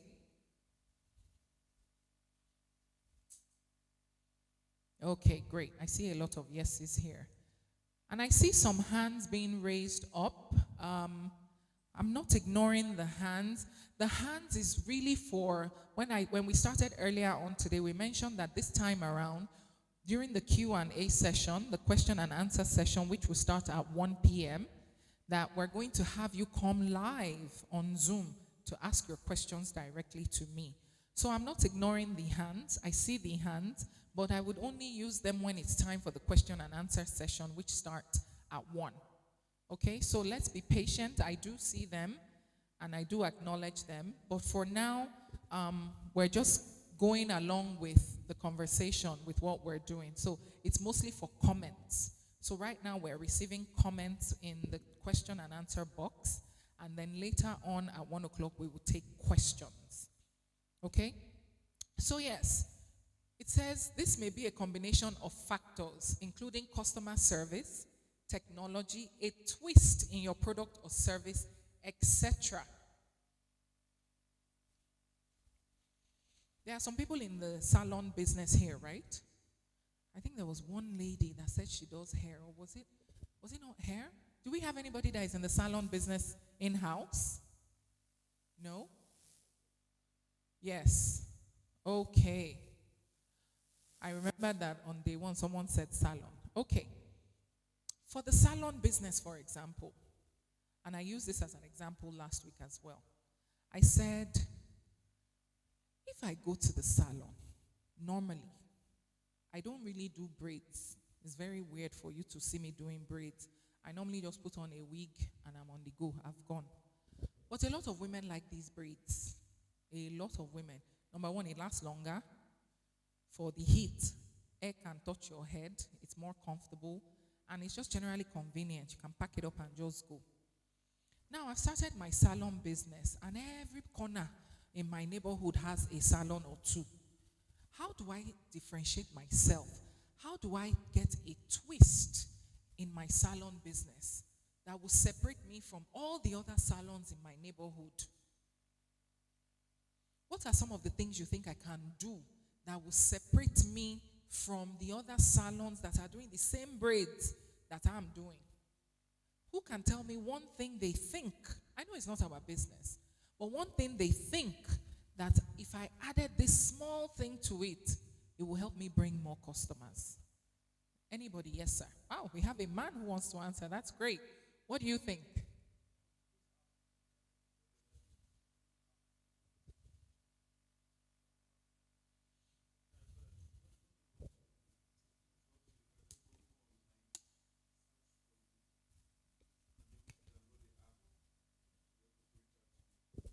Okay, that's good. That's one way, although apps are very expensive. But yes, that is a very, very good way.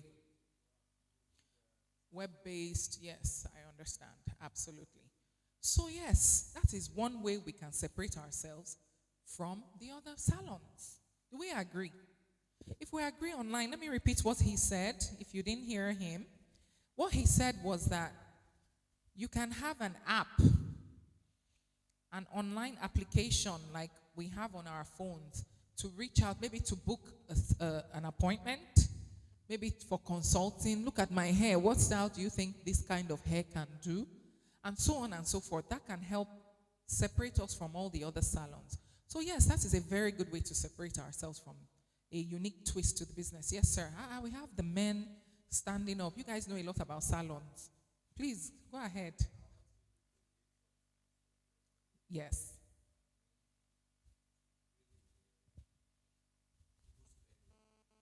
Yes, in the salon. Yes. Yes, or more.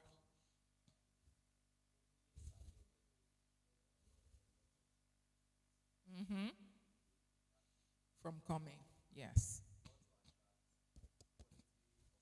Yes.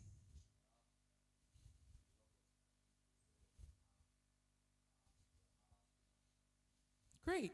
So, location, strategic locationing, strategic placement of the location of your salon. Let it be somewhere where people can park conveniently. And not, you can imagine sometimes you are braiding your hair, they're already in the you're already tired, you've sat down for 3 hours already, your back is already paining you. And I say, Madam Ma, please, who owns the license plate LGX? Come and move your car.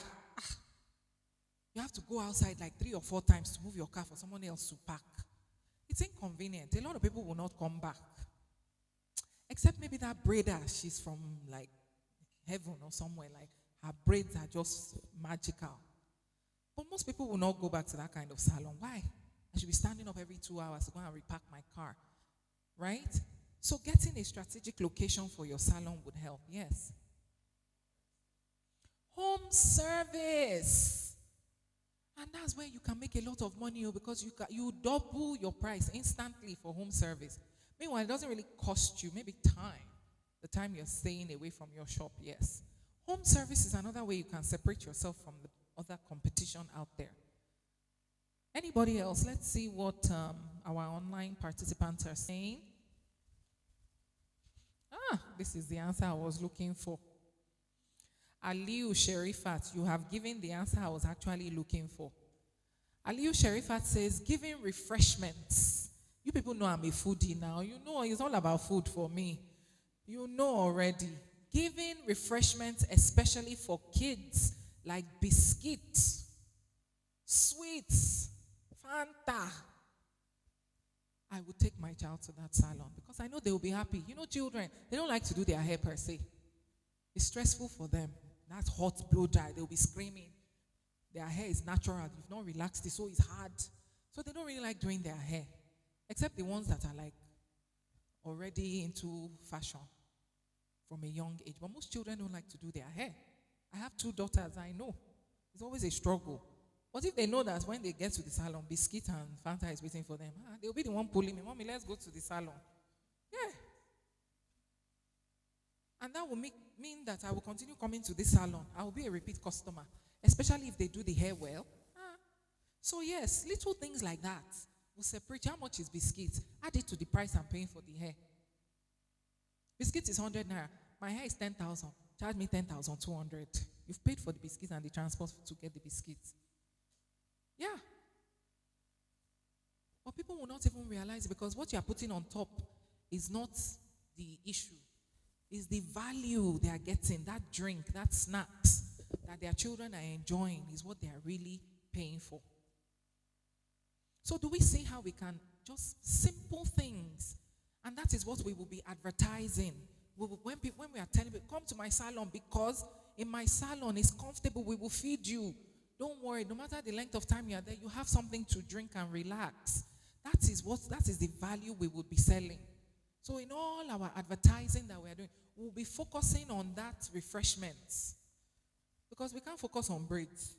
Because everybody is doing braids. But our own unique selling point is the refreshments we are giving you. So come to Buki's salon, please. Come and patronize me. Because I will give you refreshments. That is another value.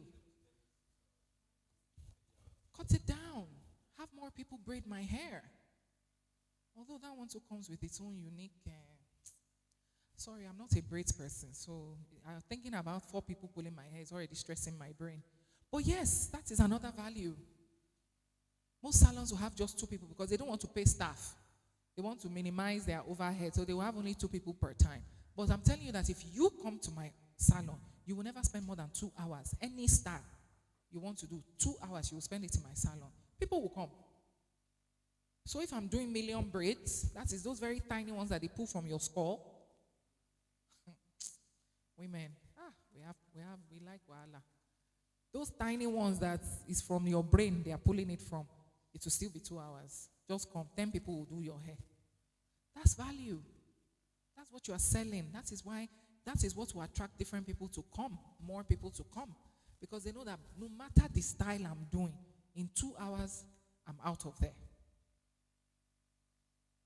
So those are the things I need us to be thinking about. What value are we selling to our customers?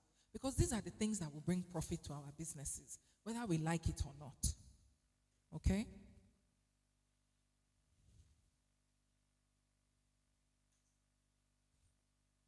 Okay, someone says neatness and hygienic. Yeah, definitely. That one goes without saying. That one should not even be a topic for conversation. That one should be standard. It should be standard, though. You are laughing. It should be standard. Hygiene practices, cleanliness, neatness. Not the one that while I'm doing my hair, a rat is crawling on my leg. You won't see me there again, no.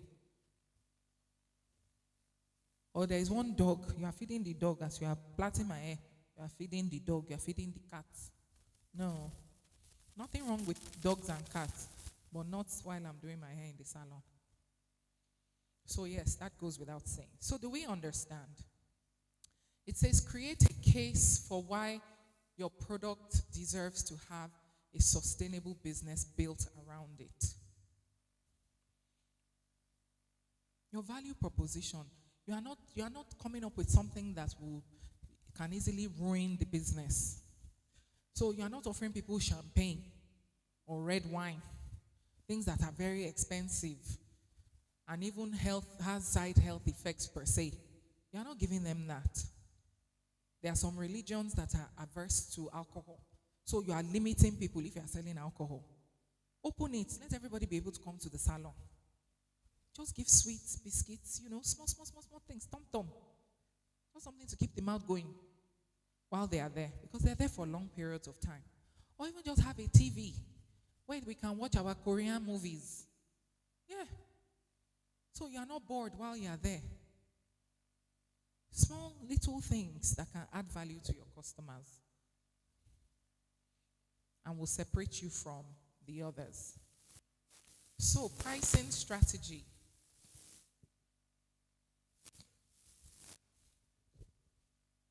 Remember we spoke about pricing earlier.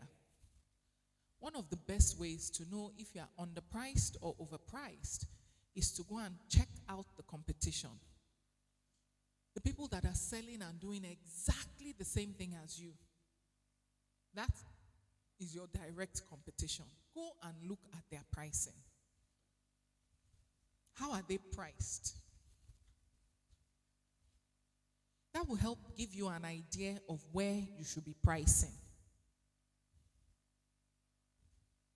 Once you've determined what the people are pricing, the competition is pricing, then you can now sit down and say, okay, how much did I buy my own for?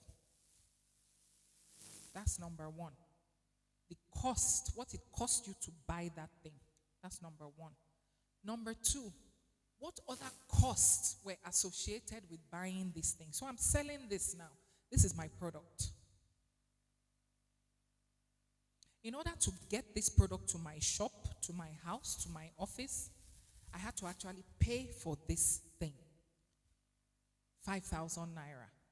But was that all I spent to get these things into my house? No. I made some calls. So I bought airtime and I bought data. That is also another cost. They had to deliver it to my house. So I had to pay for transportation. That is another cost. I hope we're looking at what cost is. Cost, a lot of times we cost as just the cost of that thing that we've bought. That's not the only cost. You are hearing other costs now as well.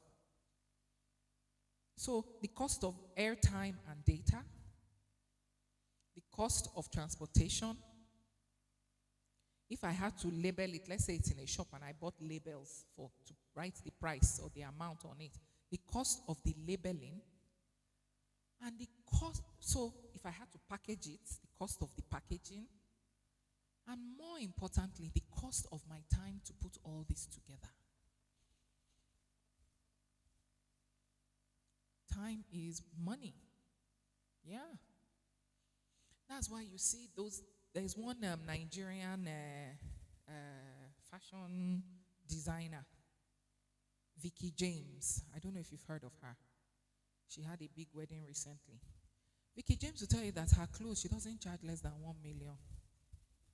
And she has customers die. She says it with her full chest though. None of my customers, my outfits is less than 1 million naira. And she's booked. I'm busy. There's another designer, another fashion designer. Her name is Matokweda Atelier or something like that. That one, she even charges from like maybe 2.5 million per outfit. But why? Because they will tell you that it's man hours they used to make these outfits. They don't use machines, they use hands. So imagine a dress that has just beads. You have to single-handedly stitch those beads one by, it will take you weeks to make one dress. So where people are using sewing machine and it's taking them one day to make one dress, one dress is taking you 2 weeks. Won't you pay for that time? You have to charge your customers for the time. And guess what? People are buying. You go online, you even see celebrities from America buying these clothes. Oh, because to be honest, they are the ones that can afford it. People like me, I can't feel well buying those kinds of dresses. Do you understand what I'm trying to say?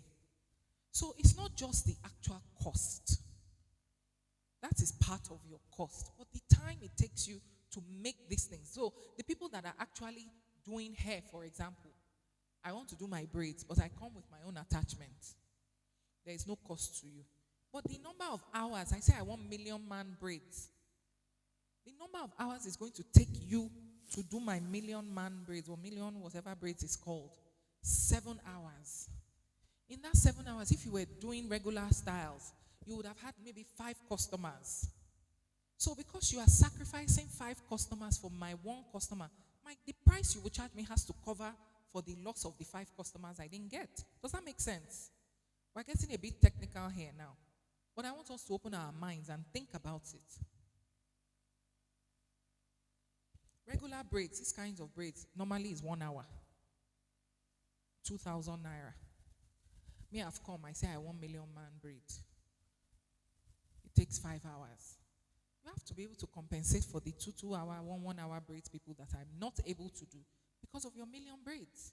So that must also be reflected in the price.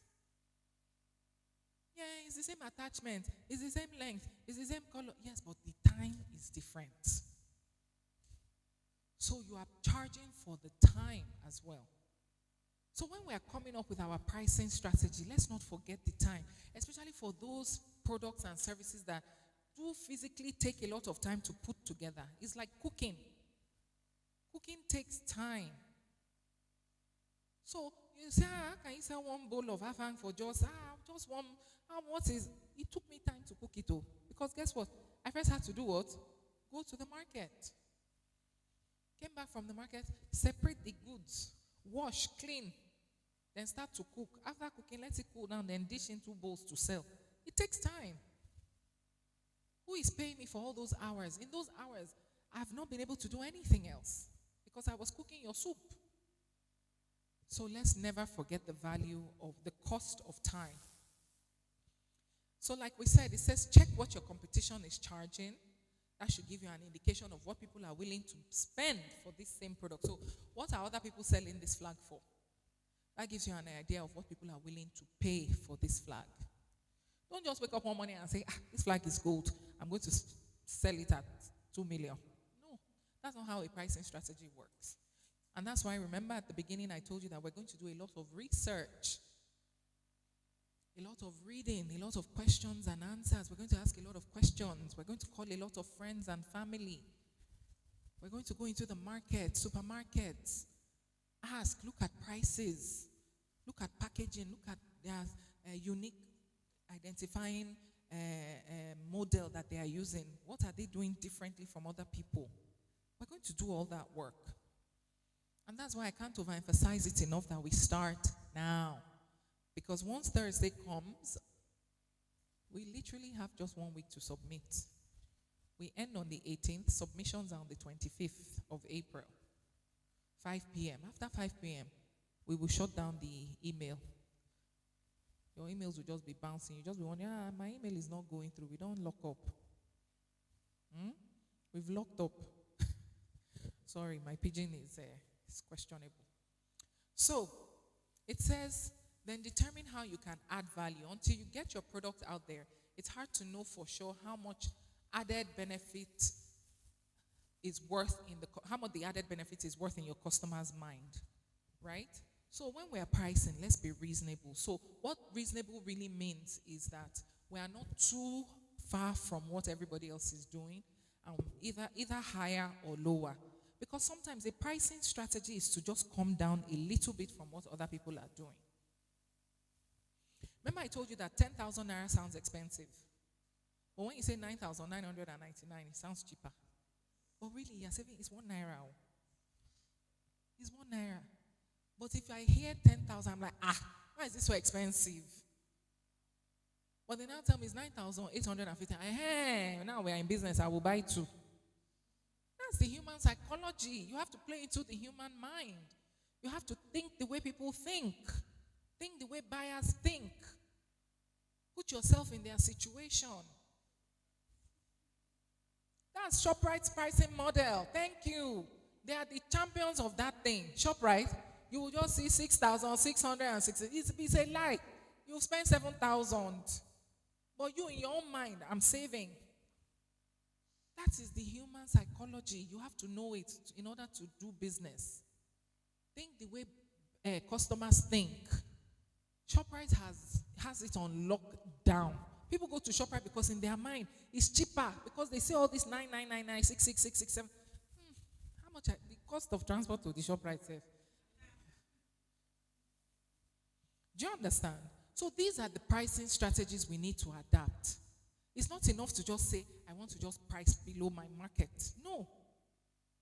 My customers, are they price conscious? Are they price sensitive? Or is this product so essential that regardless of how much I sell it, people will still buy? That forms part of our pricing strategy. Okay? It says here, remember, even if you are trying to be the lowest cost provider, give a higher perceived value. So the online community, I hope you understand what that means. Even if my product is cheaper, because cheaper is not always better. That is a mistake we make, especially as Nigerians. We think that, I will buy this one because it's cheaper. It's not, you are going to be buying it 10 times because it's cheaper. It's of lesser value, lesser quality. But you must make your customers believe that even though my own pen is cheaper than the one in ShopRite, this pen is 100 times better than the one in ShopRite. The reason I'm able to get it to you cheaper is because I have negotiating power with the suppliers and manufacturers in China. We buy directly from China. ShopRite buys through a middleman, so they've added their own price on it before it gets to you, the consumer. I hope you they feel them. Good. You understand? So your customers must perceive a higher value. Just because I'm cheaper does not mean my own is of lesser value. No. It's because I'm buying wholesale, so my price is cheaper. My cost is cheaper. I'm buying from China, it's cheaper. I'm buying in bulk, it's cheaper. Those are some of the rationales you give your customers to know why they should buy your product, because it's the same quality. We are just able to negotiate better pricing with the manufacturers. Those form part of your marketing strategy. Teresa, your name is showing right now. Teresa Urefu, your name is showing right now. She was really worried that her name was still showing as anonymous. It's changed.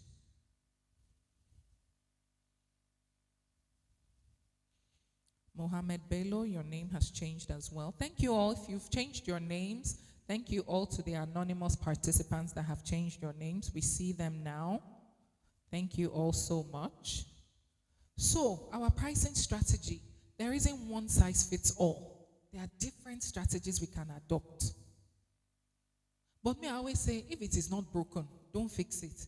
Do what your competition is doing. Just tweak your own a little bit to be unique to you and your business.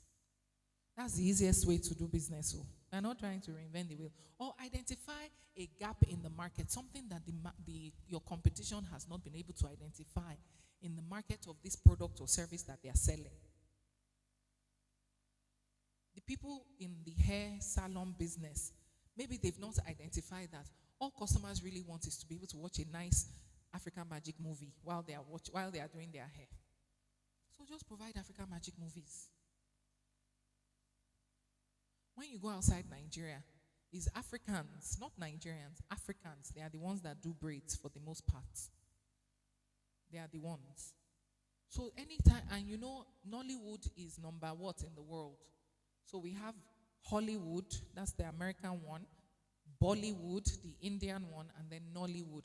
I think the number one is Bollywood, then Hollywood, then Nollywood is number 3. I don't really know the order, but I think Nollywood is number 3 in the world, our movies. So anytime you go to these salons, guess what they are watching? Nollywood. You must see Nollywood movie on their TV screens. And then, God forbid, they now find out that you are Nigerian. Conversation starter. So you guys are now gisting. You will forget, before you know it, they finish the hair. You are ready to go. That is a unique selling model. But in terms of pricing, if I'm braiding your hair in my house, I'm going to price less than if you were braiding your hair in a salon. You can't charge me the same. Do we agree? So when you are wondering why I'm doing really nice braids, I'm doing the same braids as A, B, and C salon, but nobody calls me for braids, it's because your pricing is off. Bless you. Your pricing is off. It's very important that we understand our pricing strategy. So we are saying that we are reducing our pricing, but we are not reducing our value. You must understand, your clients must understand that yes, our price is lower, but the value is the same, if not even better. That's why it's really hard to compete on pricing. It's really hard. I would rather we compete on value than on price. Because like I said, cheaper is not all. For example, I will not always go for the cheapest thing in the room. Because me, my own mind, sometimes is backwards. Why is it cheaper? It's fake, Abby. It's fake. That's my mindset. So if you meet customers like me and you want to sell me because your price is cheaper, I'm the wrong customer. Because I will always have a doubt that why is your own cheaper? Why? So it's always really hard. We must be careful if we are going to be competing on pricing. Because you have customers that think like me. I feel like this thing can't be original, it's fake, and that's why you are selling it to me this cheap. But that's not always the case. So let's be careful about our pricing strategy. Sales and distribution plan. For those of us that want to be international, we want to sell global, we global, right? What is our distribution plan?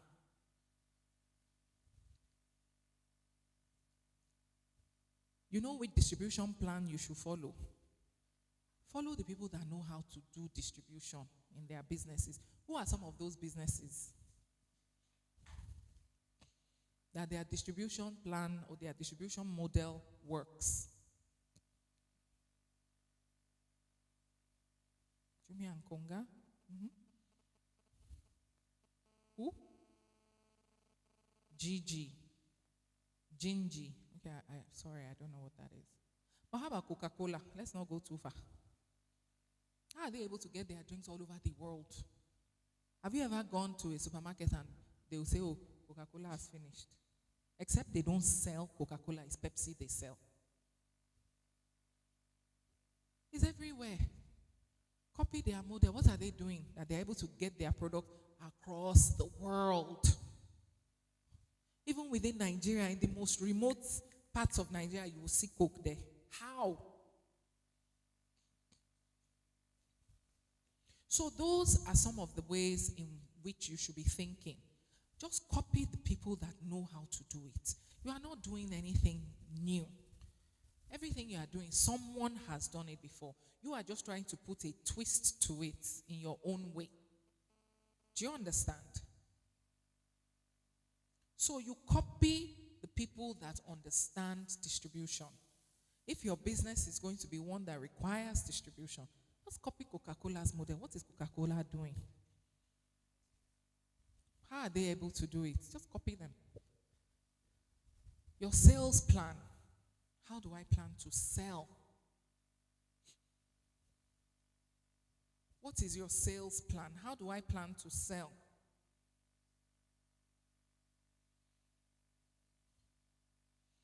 Let's get some feedback from online. Success. Abi Jogun says Coca-Cola is the chief of distribution anywhere. I tend to agree with you on that. Rukayat Aliu, from experience, pricing highly depends on the target audience. Do we agree? Absolutely. There are some customers who see certain things as too cheap, and so it has no value to them. And there are customers who see a price as far too expensive for them to afford. Targeting the right customers is key. Know your customer, KYC. It's not only bank that does KYC. We as business owners, we must do KYC. We must know our customers. We must know buying behaviors. Buying behaviors of our products and services. What informs a decision to buy this product? Why now? Why at this price? Why this color? If you are in clothing, why this color? Why this style? Why are women wearing more trousers now than skirts? You have to know your customers. How do you get to know? You have to ask questions.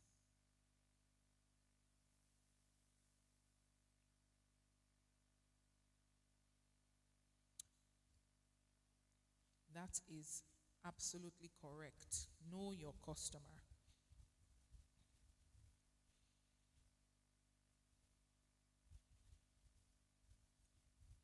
Okay.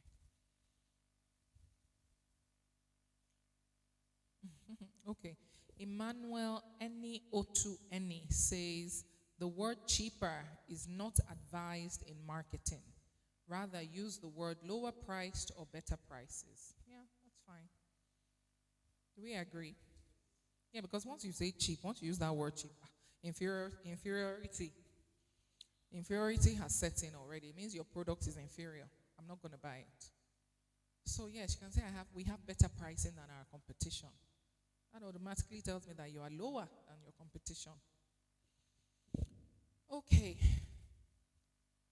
This section, the sales and distribution, describes how you intend to get your products to your customers. Can we share screen, please? How do I plan to get my products to my customers? Right? For example, once you figure out where you'll be selling your products, either online or retail outlet, door to door, determine the type of sales team you need and how you compensate them. Can we share my screen, please? Thank you. So you need to know how you plan to get your products to your customers. We've already gotten the price. We know how much we're going to sell it. But how are the customers going to get it? That's why when you order things online, they charge you for what? Logistics, the delivery. Absolutely. They charge for delivery. 100%. They charge for delivery. The truth of the matter is that without that delivery, your business is going to run down. There are some businesses that forget to charge for delivery. Go work. And you wonder why profit is far from you. You have to charge for delivery. Because that's something that is coming at a cost to you as the business owner. Anything that is coming as a cost to you, the beneficiary, the end user, the client, the customer has to pay for it. Otherwise, it starts to erode your profit. Your profit margins start to thin, and then eventually the business kaput. Okay? So let's remember that you have to put it in mind the type of your distribution of sales channels, methods. How do I plan to sell these products? What is my distribution model? Is it that I'm an online store, so everybody that wants to buy, there's no physical store to come in, I don't have a shop.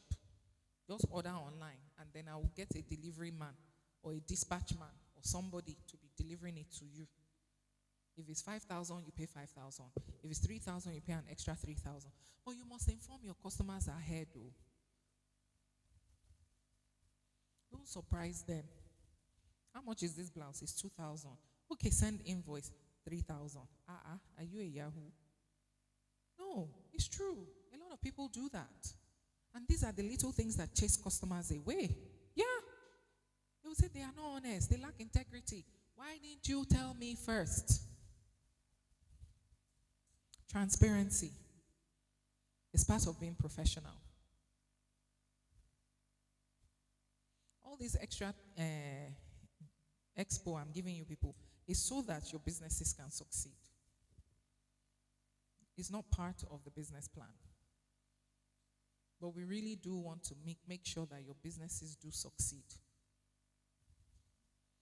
Thursday will be my last day facilitating here. And I'll be handing over to another facilitator who will start on Friday.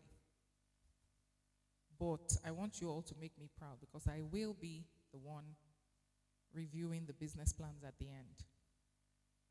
So I'm really looking forward to seeing your amazing business plans.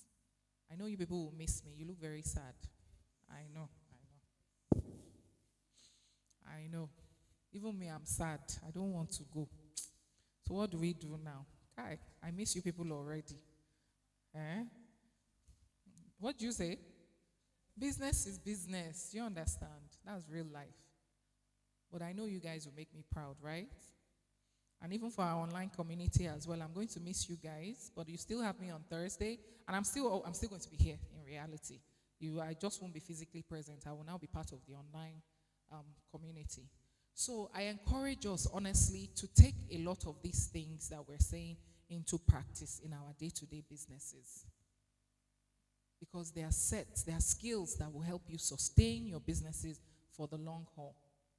The average lifespan of a business in Nigeria is 1 year, typically.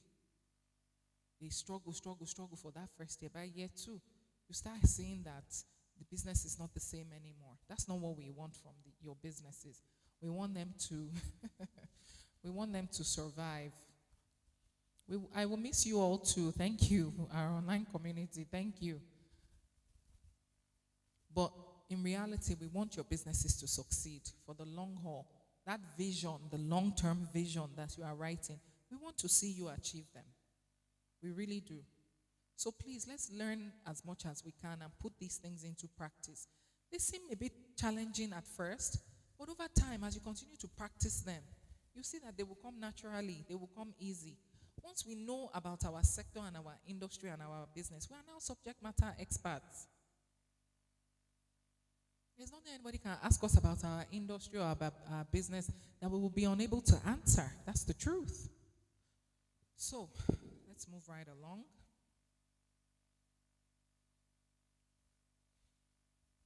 So we've spoken about this. Ultimately, you'll want to sell your product or service in as many ways that make sense for your company. So don't limit your distribution of sales plan to just one.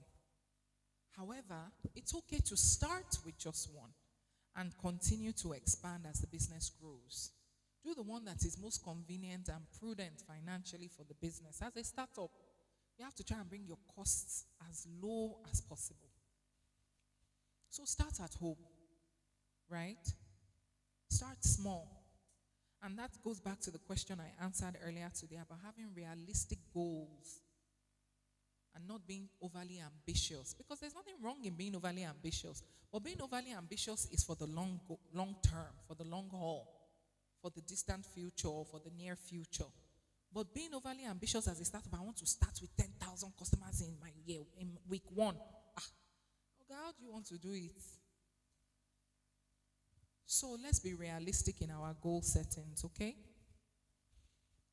We will take our last break shortly, and then we would come back to the question and answer for the day because it's almost 1, so that we can wrap up by 2. So like I said, for the online participants, we would be having you turn on your video. I want to imagine that those that have raised their hands are those that want to turn on their videos to ask questions so that we can see your beautiful faces and respond to your questions real time. So please get your questions ready. We will be going for a short break, just about 5 minutes break, and then we would come back for the Q&A session where we would start with the online participants and then we would come in-house to take questions. Majority of the questions will be from online because they are way, way more than we are. And then we end up and round up with those in-house. So your marketing plan, we've already identified what marketing is. So it says you're going to need customers to buy your product. Goes without saying. We need customers. How do you plan to get them? So some of the cheap and free ways we said was word of mouth, referrals. Somebody online mentioned public relations as their strategy and marketing partners to help cross-promote or sell your product. So let's start with the cheap ones. We talked about WhatsApp status. We talked about letting everybody in our community, our friends, family, loved ones, foes, know that we are doing this business. Those are the cheap marketing ways we can start to advertise our businesses. By the time we start to grow, then we start looking at TV and radio jingles. We start looking at having proper marketing campaigns, billboards, right? Instagram sponsored ads, all those digital marketing channels. Those ones come at a cost. So we will start small, and as we grow, we will start to introduce those services or those campaigns to our businesses. It says create your strategy for attracting your customers before you start actually executing your marketing strategy. Customer experience. For those of us that are in the academic world where we train and we facilitate courses, now we don't call it customer service anymore. We are moving away from that phrase, customer service. We are now calling it customer experience. What is your customer experience? Which means when I patronize your businesses, what is my experience? Did I have a good experience or did I have a really bad experience? After this training, they will ask you, what was your experience in the training? Did you learn anything? Were the chairs comfortable? Was it hot? Were the toilets clean? Was there enough light? Was the screen clear? Could you read what was on the screen?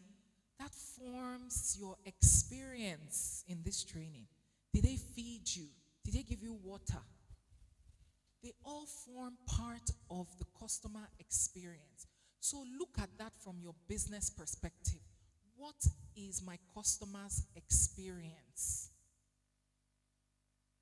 One day when you are not in the shop and you have maybe somebody sitting in the shop for you, call one of your friends to go and pretend to be a customer and let her give you free feedback, raw feedback on their experience when they came to your shop when you were not there. Customer experience. That is what we want to sell. The value we are giving the customer. It's not the product, because if it's to buy eco-friendly products, there are 1,000,001 people selling eco-friendly products.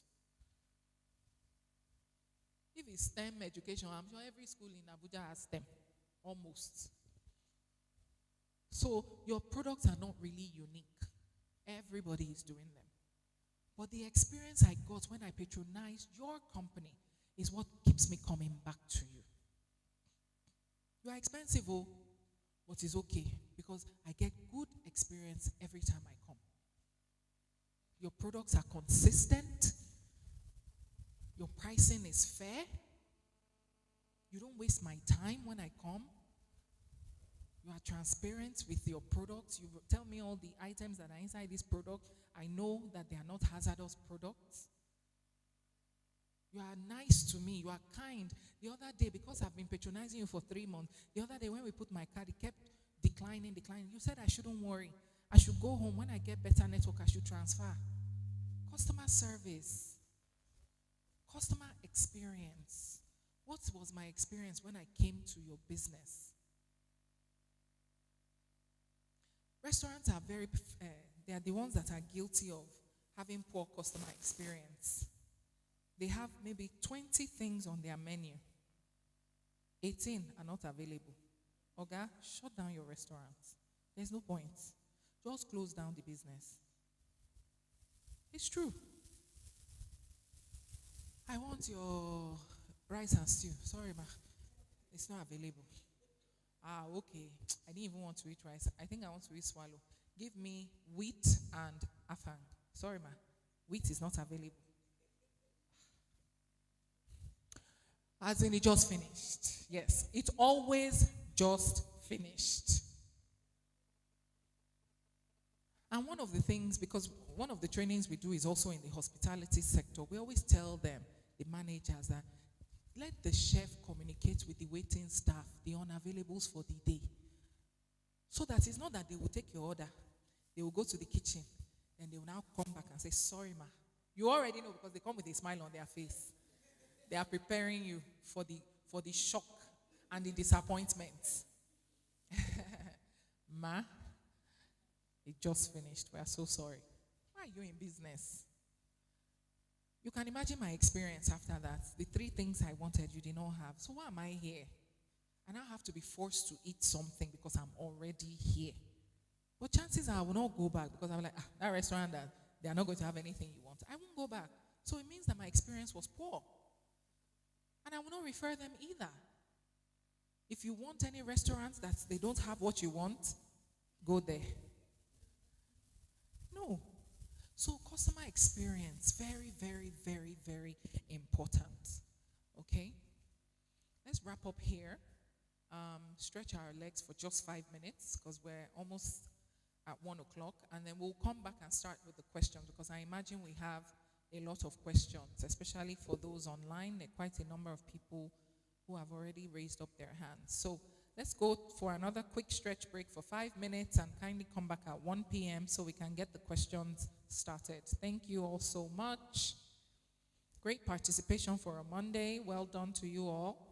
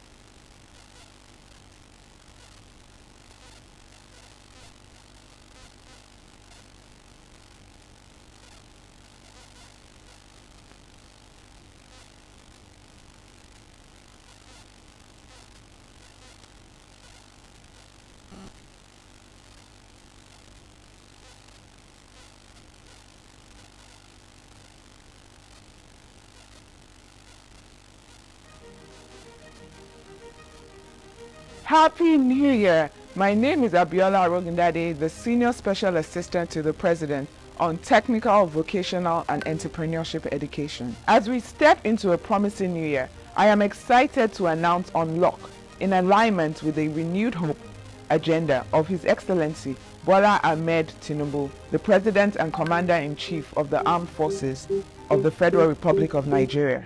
This is to foster lasting economic growth and prosperity. Unlock is the transformative campaign initiated by my office aiming at unlocking the potential of our nation's technicians and artisans. Our goal is empowering the youth to live their dreams by guiding them on how to create commercial and sustainable businesses. I am even more excited to announce that it's open to everyone, regardless of your background, your age, your gender, and your literacy level. We invite you to be part of Unlock.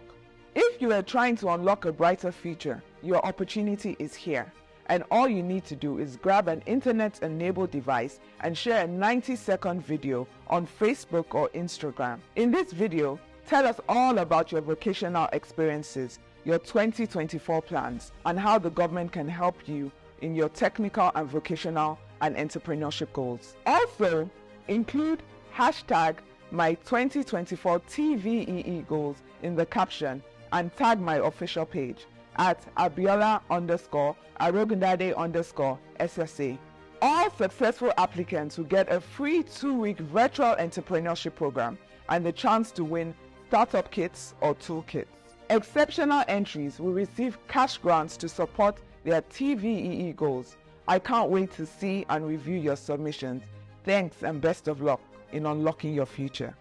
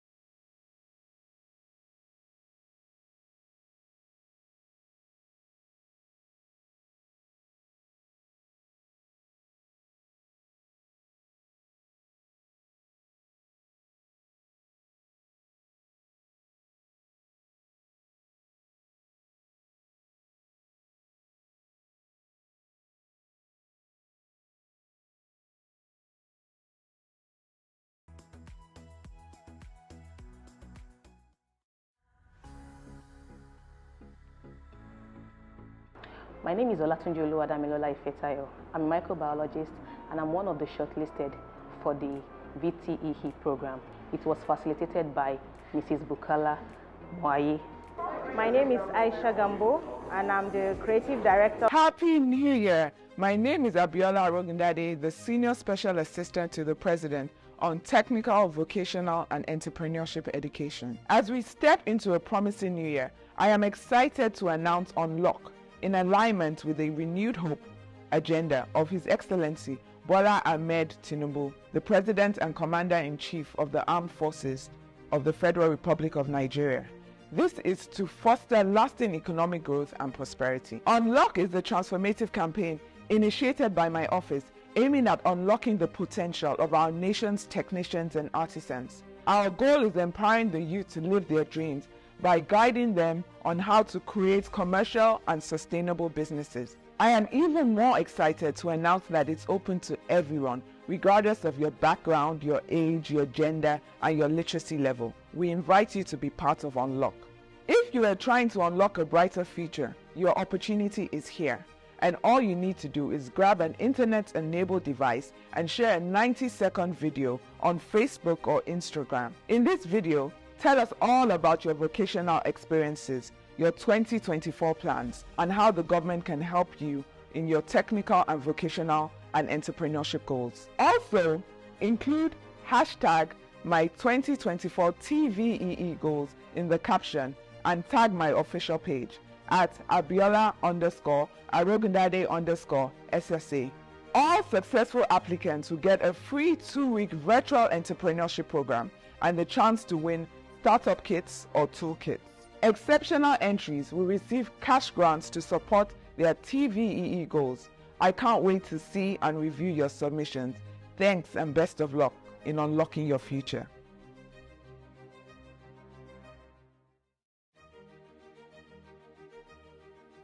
Happy New Year! My name is Abiola Arogundade, the Senior Special Assistant to the President on Technical, Vocational and Entrepreneurship Education. As we step into a promising new year, I am excited to announce Unlock, in alignment with the renewed hope agenda of His Excellency Bola Ahmed Tinubu, the President and Commander-in-Chief of the Armed Forces of the Federal Republic of Nigeria.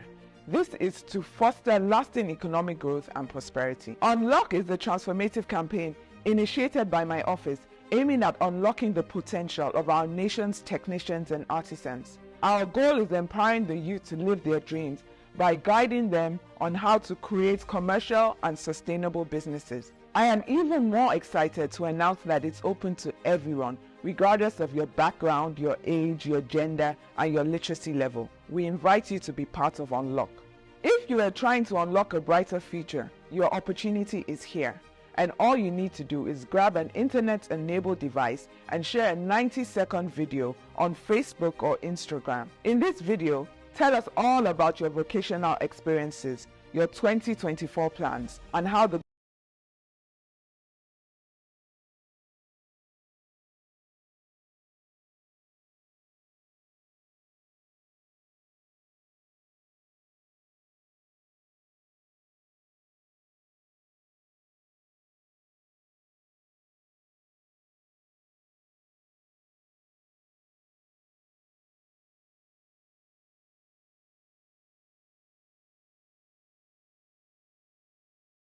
is going to put more smile on youth faces, and it will really help us to position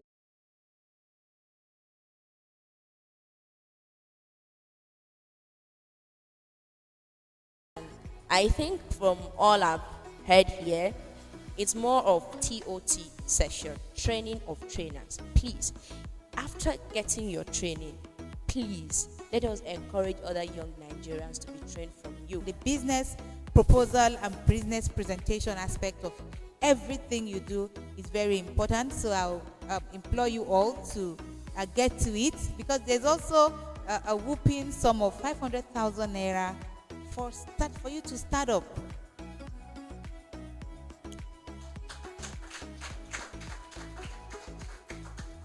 So the TVET, the office of the TVET, SSA TVET, is going to encourage those of you and those who do exceptionally well, who we will see that are ready to start and then might just need a place to start the business, also get our kiosk, a solar powered luxury kiosk as a business place.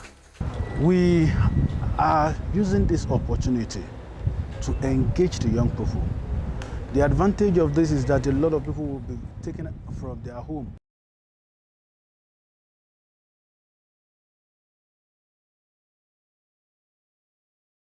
Everybody is not going to be on white collar job, but what can we do that will make a lot of young people be out of the street and keep working is when we introduce what we call skills.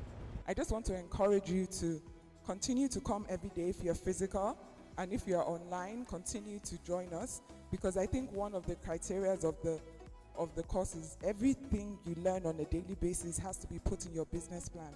And we want to support your business. We want you to grow. We want to give out those solar kiosks. They are here. These resources are here for you. So we encourage you to use this as a key to unlock a door to promote your business. So I thank you once again.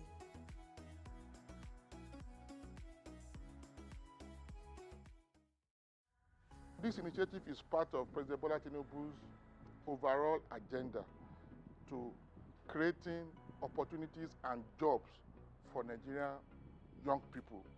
And the government has a plan for the next 5 years to create over 10 million new jobs. So here you are. Question and answer segment for today. Remember, you should be in the comment section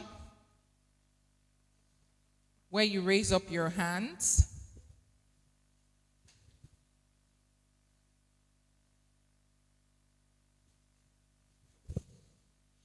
I see we already have a few attendees raising up their hands.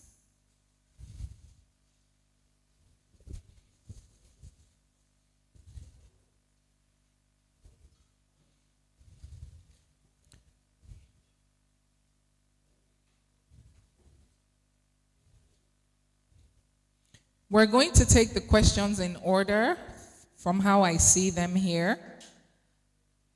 Is my support team ready to grant access to their videos as I call their names?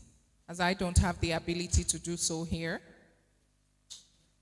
So we're going to start with Ikidero FA. Can you grant him or her access to ask questions? And if you're coming online to ask a question, please, please, please, and please go straight to the point for the interest of time. Don't go on a long journey. So when I woke up this morning and I thought about coming for the training, I decided to have my bath. And then I wore my clothes and entered the car. Okay, before I entered the car, I took breakfast. But what I'm trying to say is that part of some executive summary, no, sir. That's not the kind of question we want. We want straight to the point questions for the interest of time. Just go directly to your question and we'll be happy to answer them. Is the tech team ready?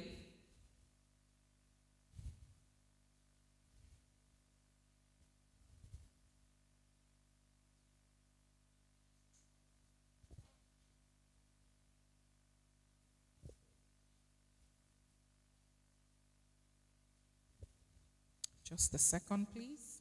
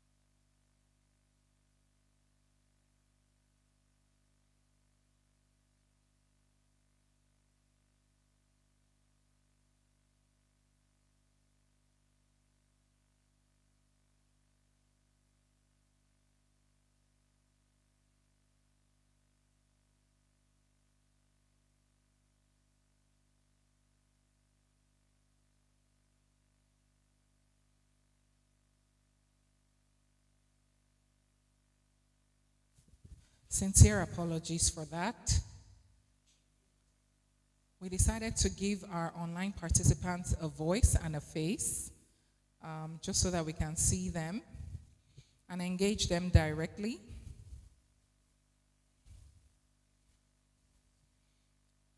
Okay, for the tech team at the back, can you kindly give Ikidero FA? His or her hand is up. The opportunity to unmute and ask questions or ask a question.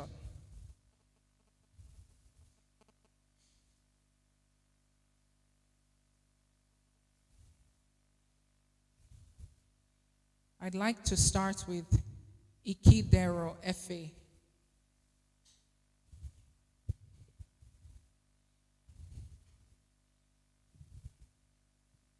So Ikidero FA, if you can kindly unmute yourself.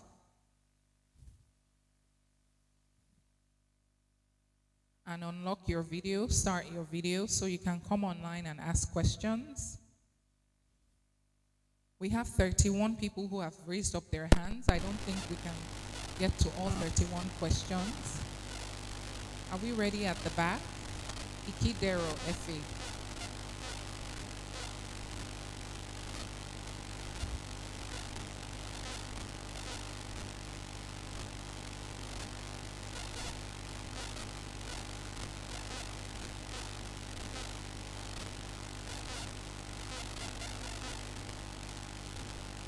Okay. How about video? Ikidero FA's audio has been entered, so just the video now.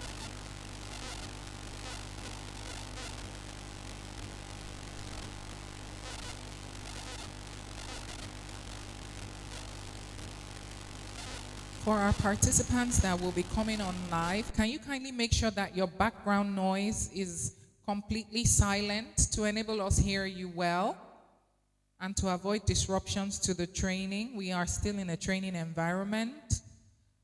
Can you kindly ensure that there is limited noise in your background so that it does not inhibit us from hearing you? Ikidero Efe, you can go ahead. I see you are unmuted. You can go ahead and ask your question.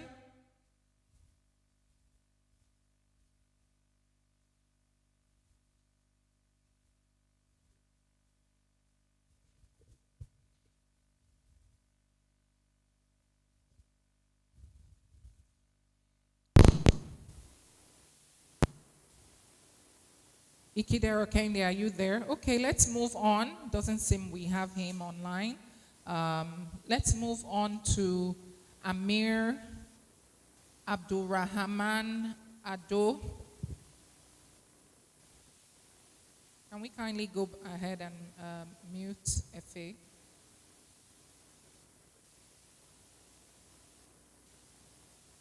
Okay, Amir Abdulrahman Ado, you've been given access to talk.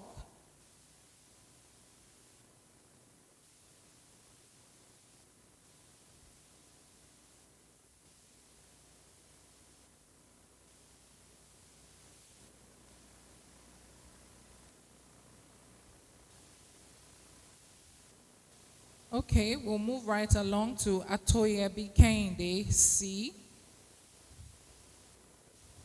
You've been given access to speak. Kindly unmute yourself.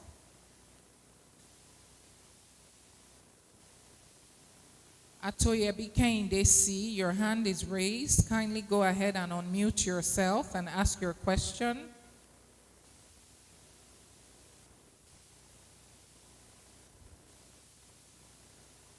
Kindly unmute yourself.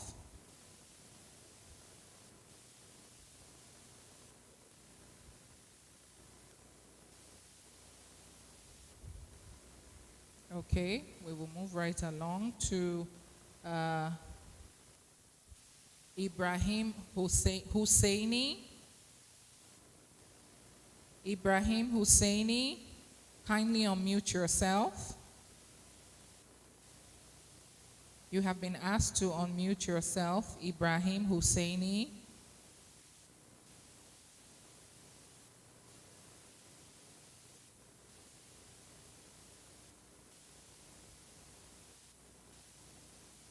Let me see what they're saying in the chat room.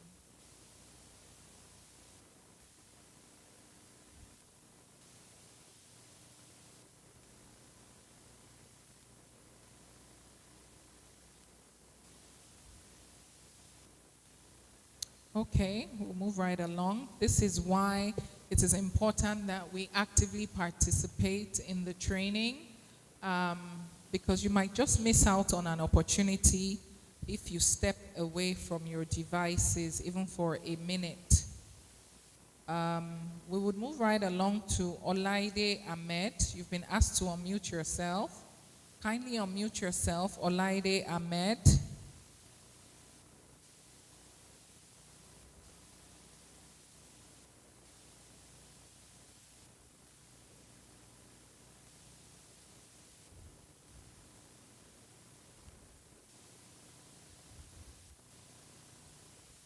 Olaide Ahmed has unmuted himself. Can you go ahead and ask your question? You can share your video as well so we can see your face.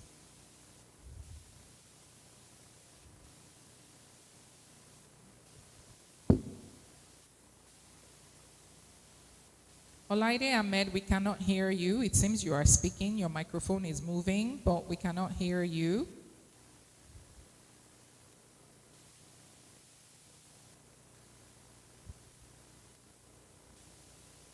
It seems he's speaking, but we cannot hear him. Okay, we can hear you now. Can you speak a little louder?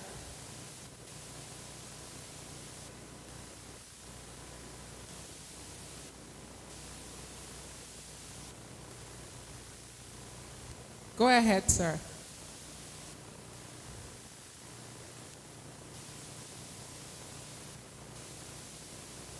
Where is that static sound coming from?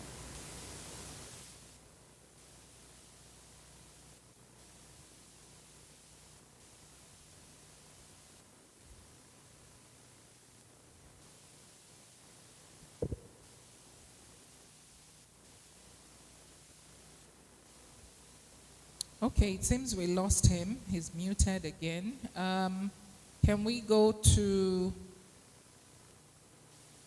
Hajara Deba Mohammed?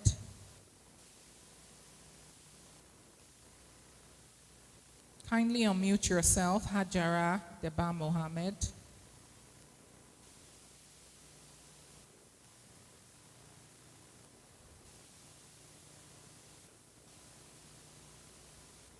Okay, doesn't seem like they want to come online. Ayodele Olaiton Janet.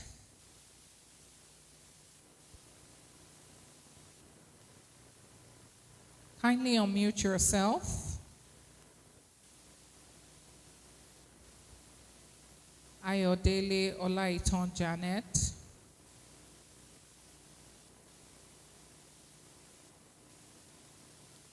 Okay, Hajara's microphone is on.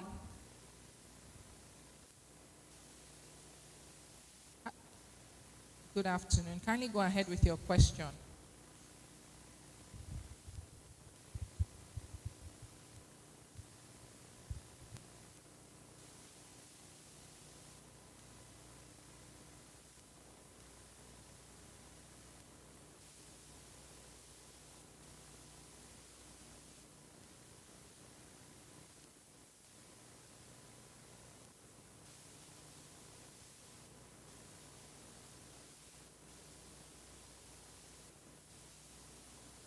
Thank you very much, Hajara. Her question was, on the slide we spoke about the benefits of business plan writing. We had a few benefits listed there. If she skips one of the parts of the business plan, would her business plan still be effective? I believe that was her question. Hajara, I'm going to just go ahead and mute you. And the answer to that question is, I wouldn't know what part of the business plan you're thinking of skipping or what part of the business benefits you want to overlook. But I would encourage each and every one of us, for the benefits of people like Hajara that are not sure of whether they can skip a section or not, to try and do the entire thing. Because you'll be amazed that one little part that you miss might hold the secret ingredient, so to speak, for the business plan. So I would encourage each and every one of us not to skip any part of it, so that we get the full benefits of writing a business plan like we learned last week. Okay, I hope that is clear. We're going to jump right into in-house participants while we try to get some of the people back online who raised up their hands. So can we have the microphone, please, for the online for the physical participants? Is there anyone that has a question in-house? Signify by raising up your hand, and we will pass the microphone to you. Thank you. Good afternoon again. Good afternoon. Okay, so I'm going to be seated because of Please this do, place. yes. All right, so my question, I don't know, maybe I have missed it during one of the times that I, or maybe it's still coming up later. At what point does cash flow projection actually come in this business plan? So starting from next week, we're going to be looking at figures. I mean, from Thursday after the public holiday.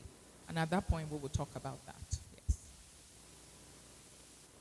Any other questions in-house? Yes, we have one here.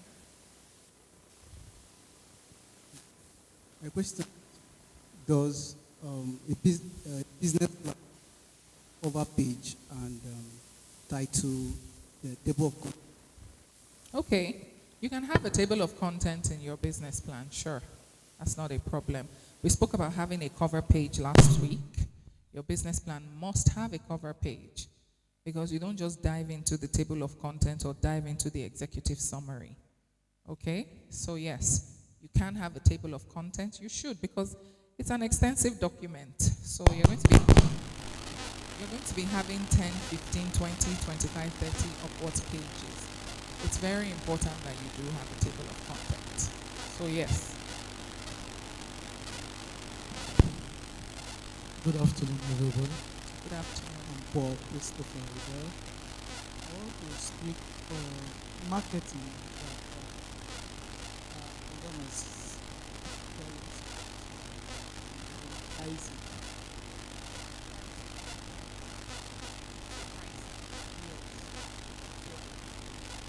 When I came in, I sat down, I came to product, I sat down, up somewhere.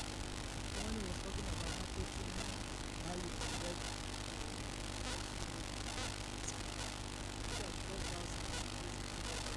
start getting the customers. And what else I did So you owe me. no, your percentage is You there. are owing me, sir. Consulting fee. Yes, sir. You are. Go ahead. Here we are having issues with the pricing. We look at who does come from the half of them are said,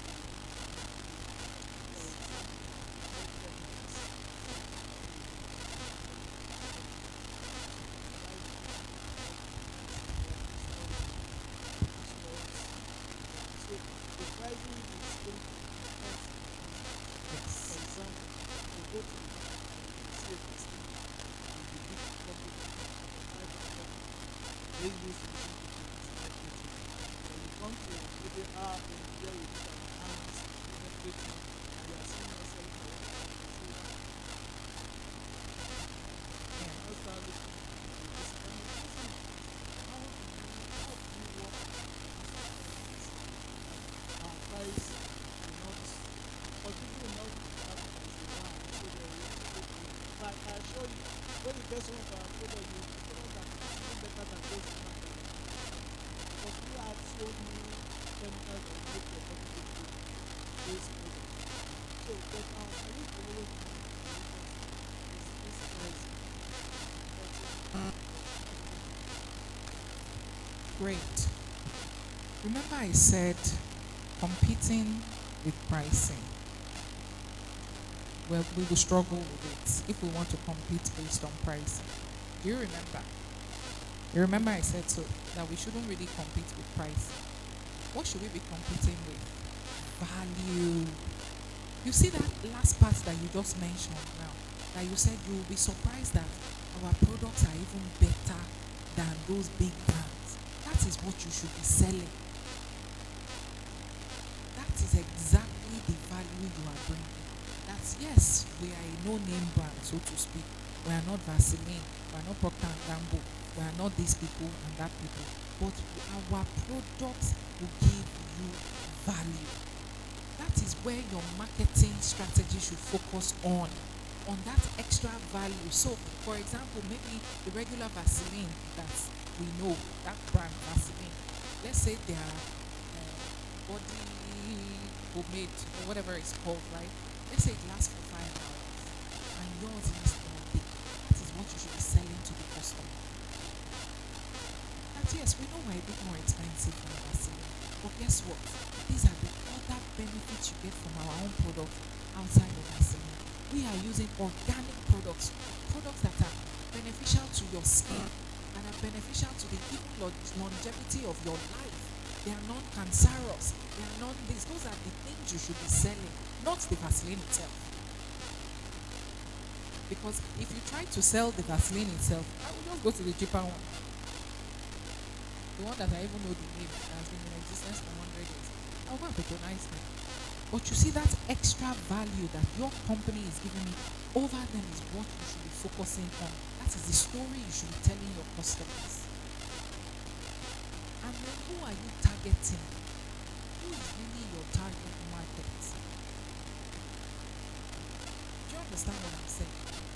I know many businesses many businesses that they started off with very high pricing compared to what the industry 3x, that means 3 times what their colleagues in the industry are selling their own, and they are successful because they are selling value.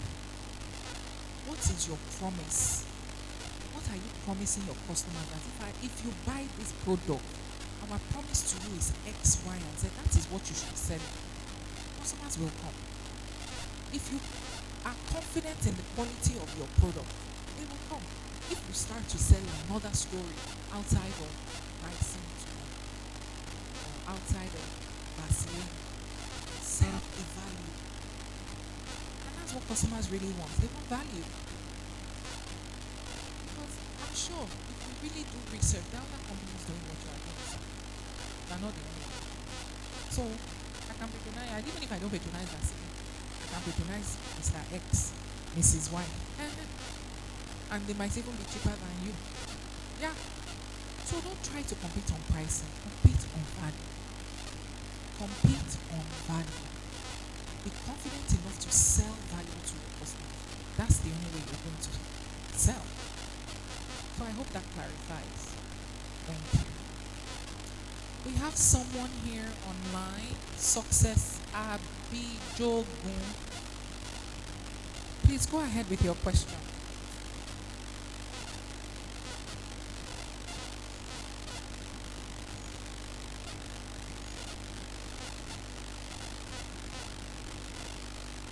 Okay, my question is mission statement. Yeah, and so I wish to hear that. Okay. You said something earlier that our mission statement should be as brief as possible, hitting on the points, basically. But the issue here is this, or the question I intend to ask is this: for some of us that are into fast food business, basically, I see it a little hard for us to comprehend the bring the whole idea so small as to say, for instance, now my own mission statement is to sell food at affordable price. Does that make sense at all? Basically, can I ask? And again, I don't know if you are hearing me. I'm sorry. We can hear you loud and clear. Okay. Okay, you said it should be brief as possible. But some of us are still mixing it up with vision. Could you please give us a little time as to explain it a little more? We really appreciate. I believe some persons have that in mind too. It would be nice if you can expatiate on mission and vision, because I guess some of us are mixing it. Thank you very much. Thank you. Can we take Abdul Wahid Kewulere Salman's question since he's online? For the online participants, kindly mute yourselves if you are not speaking. Abdul Wahid, let's go ahead with your question.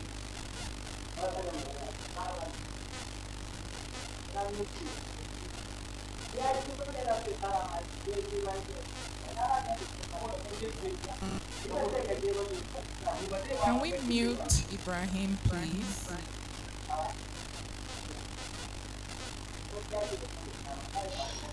There's someone talking in the background. It's not audible.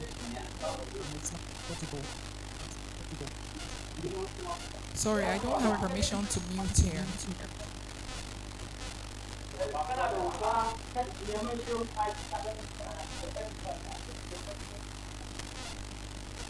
For those that speak the language, do you understand what he's saying?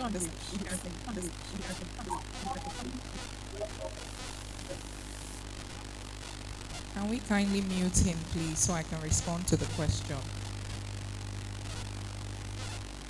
He's still unmuted. Okay. Fast food business, to sell food at affordable prices. That does not tell me you are selling fast food. It tells me you are selling food. Now, if you are going to say sell food at affordable prices, What is affordable to me is different from what is affordable to you. So that is a vague mission statement. What type of food? Affordable to who? Children, teenagers, adults, middle class, upper class. Who are you selling this food to? I should be able to answer that question by just reading the mission statement. Now, again, to reiterate, between a mission and a vision. Mission is simply why you are in business. Why you decided to wake up one day and say, I'm going to sell eco-friendly products to clean houses. That is your mission. Because you are tired of hazardous products in people's homes that is killing them, causing cancer. So you want to change the narrative of what people use to clean their homes. That is your mission. Your vision is after you have started on this mission to sell these products, what do you hope to achieve from it? Not profit. Remember, that one is a giving. In 5, 10, 15 years from now, where do you see the business? Do you see it remaining in that one shop, in that one corner, in that one local government in 10 years? Or do you see it having multiple branches in Nigeria, having multiple products, having multiple services? Do you want it to be the number 3 eco-friendly producing company in Nigeria or in Africa? Do you want it to be number 1? Do you want to be top 10? Or do you want to be top 100? Those are all visions. Those are all visions. That's your goal. It's your vision is where you want to see the company in the future. So that is your vision. It's okay to be top 100. That is a vision. Depending on the kind of industry you are in. Maybe it's a very highly competitive industry. So even being in the top 100 in the marketplace is success. That can be your vision. Or to be the global leading company or business. Leading does not necessarily mean you are number 1, but you are maybe top 10. You are leading. So I hope that clarifies between our mission and our vision. Okay, Abdul Wahid Lere, I see you have a question. Do you want to go ahead and ask?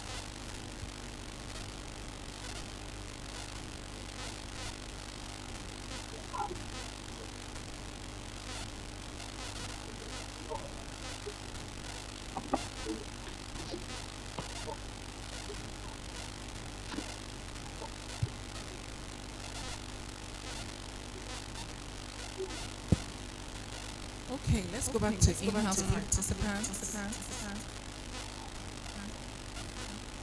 Do we have more questions in-house?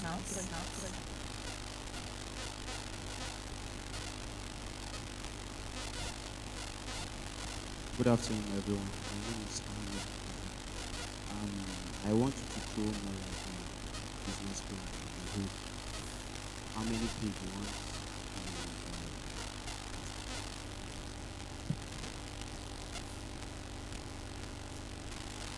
How many pages you want Antonio David to do? The executive summary.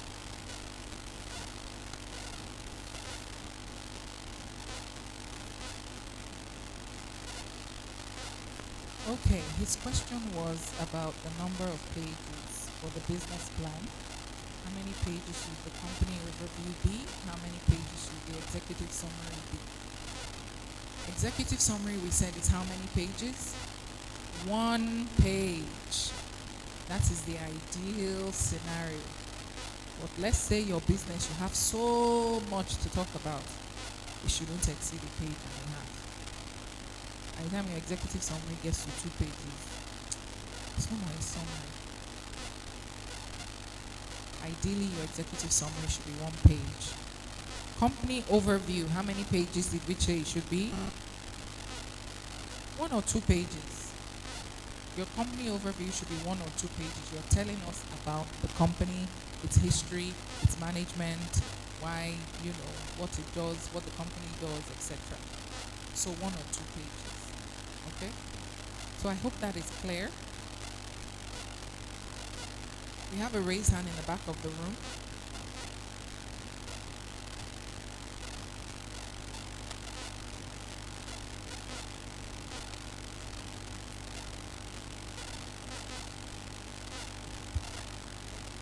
Yes, my name is Akpo Thomas Oga.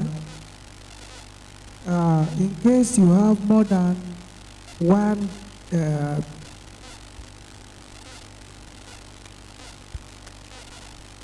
Go ahead.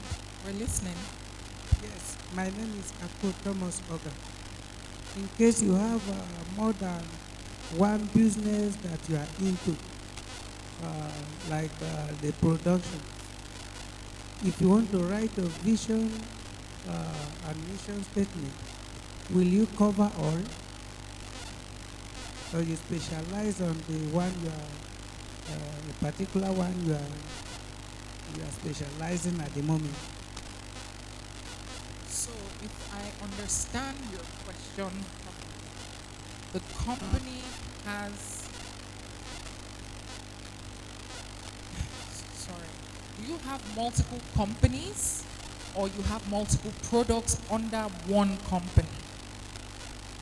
Multiple products under one company. So the principal of all those products is still that one company. So it's one mission for the one company. Even if I had 10 10 products under my business, it's still one company.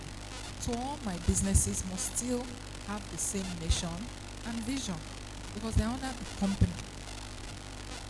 It's not the products that has the mission, it's the company. It's the company that has the mission. So it's the business that has the mission. I hope that is clear.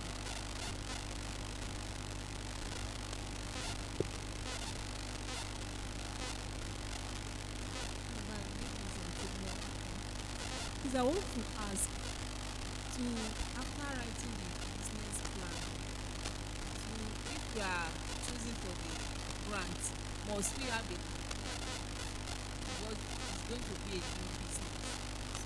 The answer to that is no. You do not need a company account.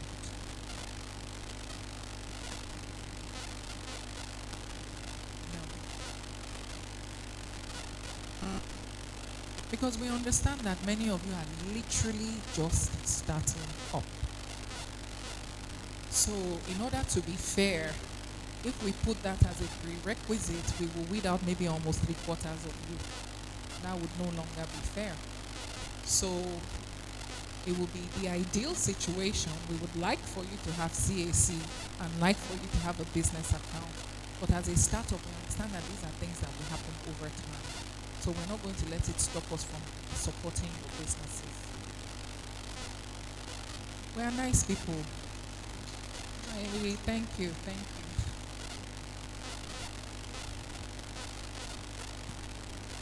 Talking about the meal, I love if you're presenting a product for me, and the container is not attractive.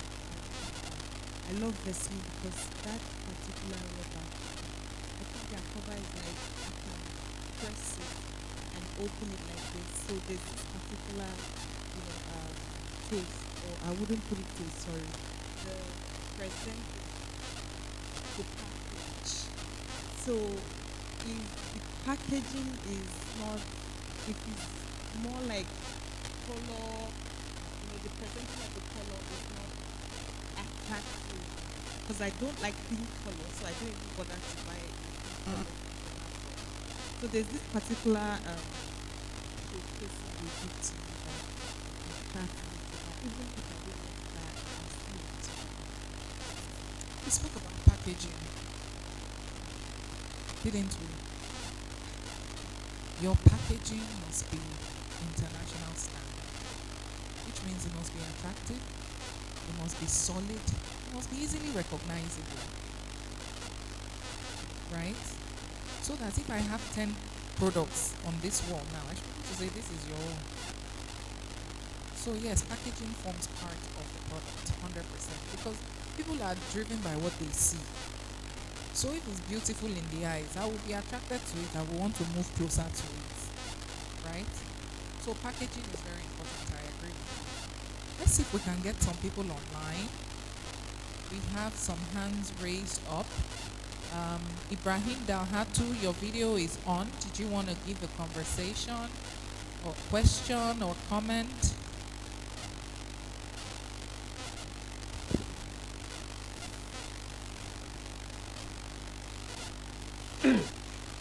Hello, ma. I can hear you. Kindly go ahead. Hello? Can you hear me? Hello? Kindly go ahead. We can hear you. Hello, ma.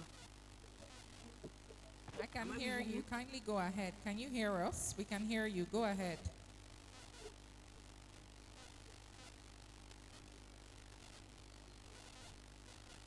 Hello, ma. Okay, I think he's having network challenges. We're going to move right along. Husseini Ibrahim, are you back?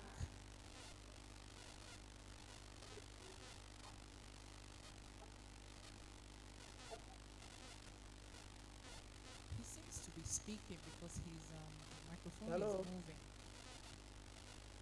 Ibrahim, is that you?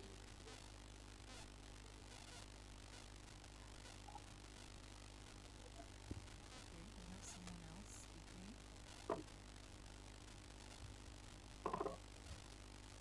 Ibrahim, can you go ahead with your question?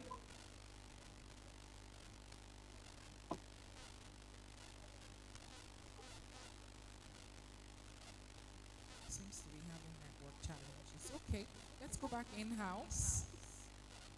Do we have more questions in-house? We have just about 15 minutes to round off. People in the back?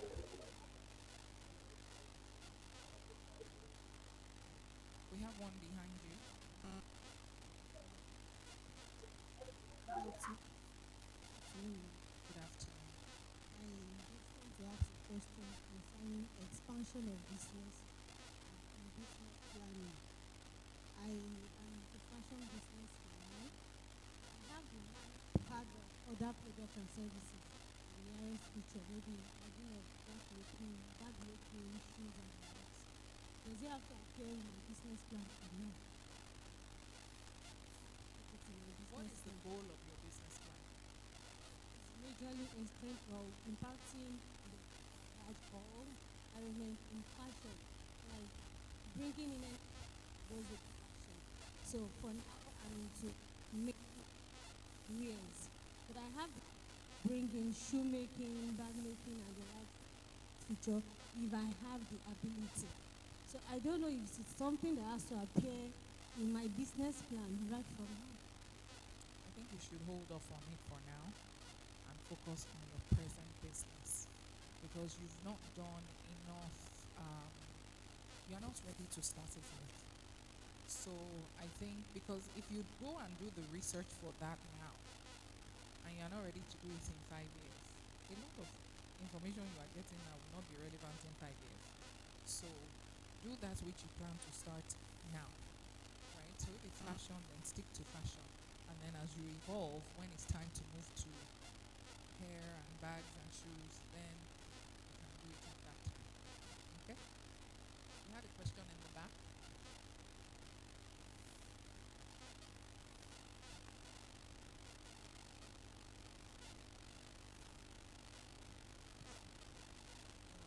Most of the problem that many people, including having business today, is the cost of the product.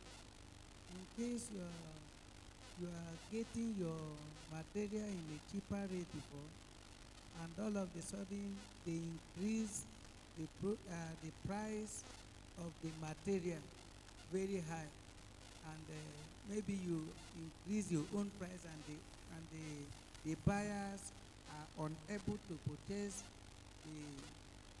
the product. What do we do?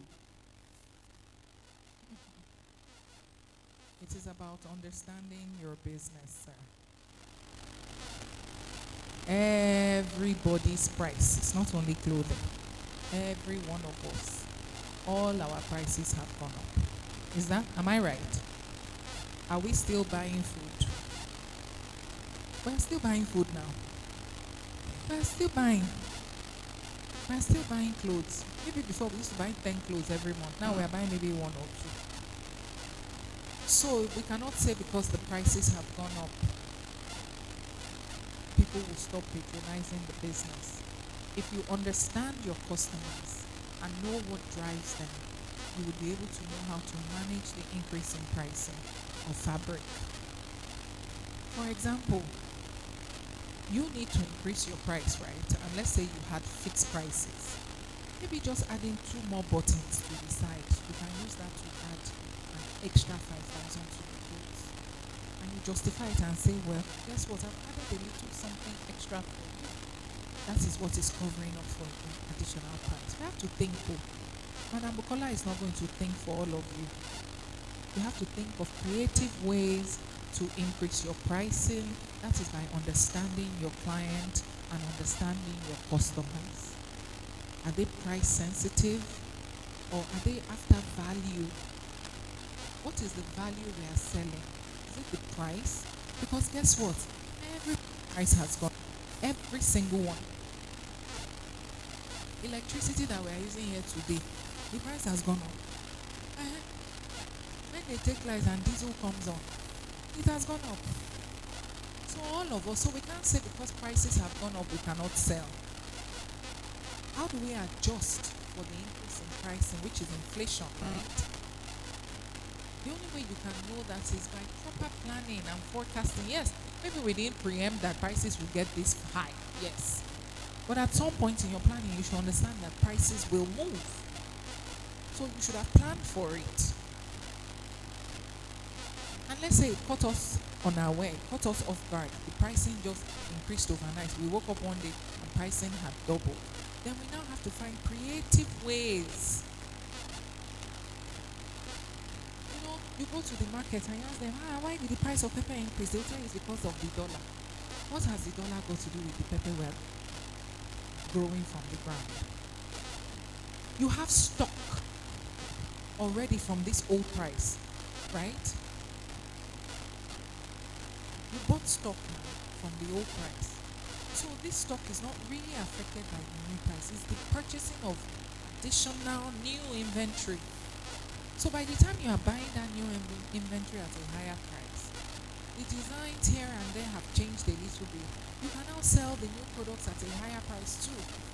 But don't let me see the Ankara that I bought in December last year for 5,000. That same Ankara, you want to sell it for me at 20,000. What has changed? Did you add a zip? Did you put in extra pocket? So this is the mindset of the consumer. And that's why I said we have to know our customers. We spoke about KYC. You have to know your customers and what makes them purchase. Why were they buying in the first place? Was it because you were cheap, or was it because they like the designs you come up with? You are very creative with designs.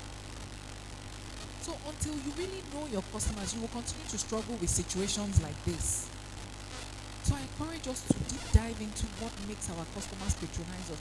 Ask them questions. Why do you keep coming back? We appreciate your patronage, but just to improve on our services, sir.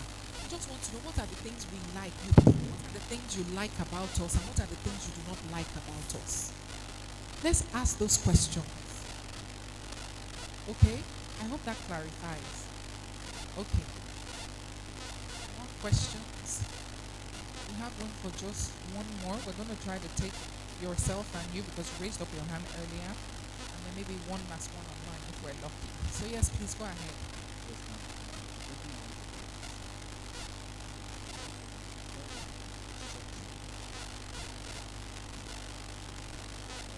Is there going to be a structure of scrutiny?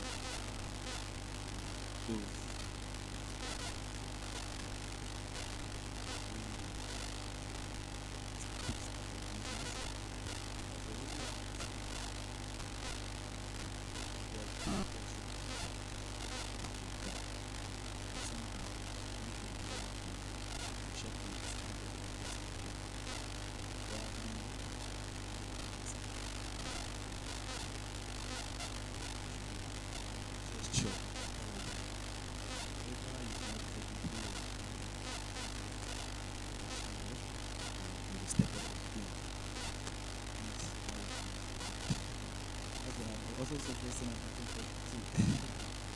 I mean, that's good feedback. Thank you.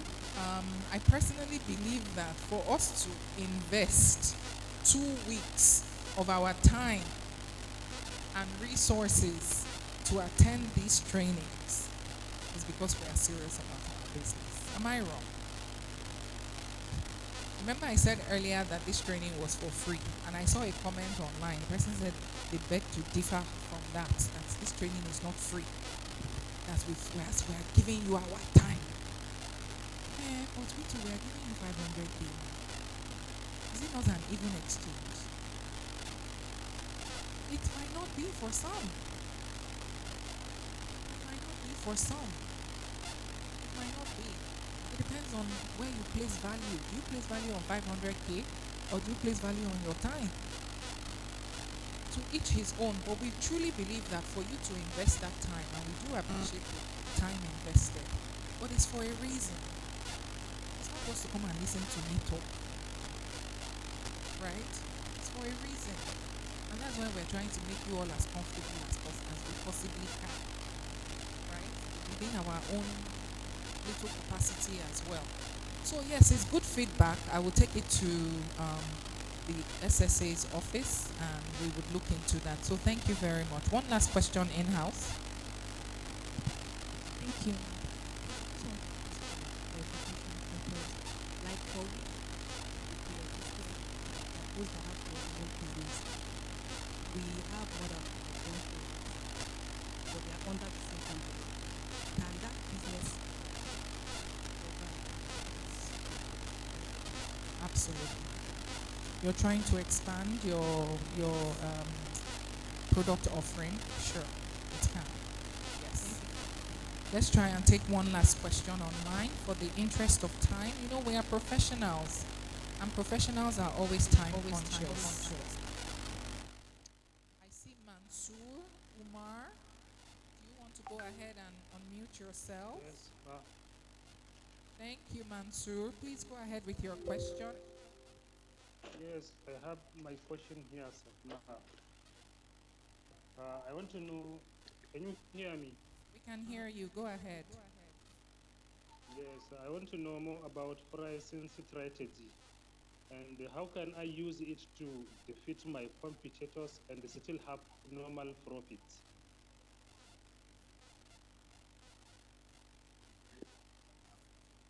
Pricing strategy Yes. to determine your profits. Mr. Mansoor. I don't even know your product. So how do I advise on a pricing strategy?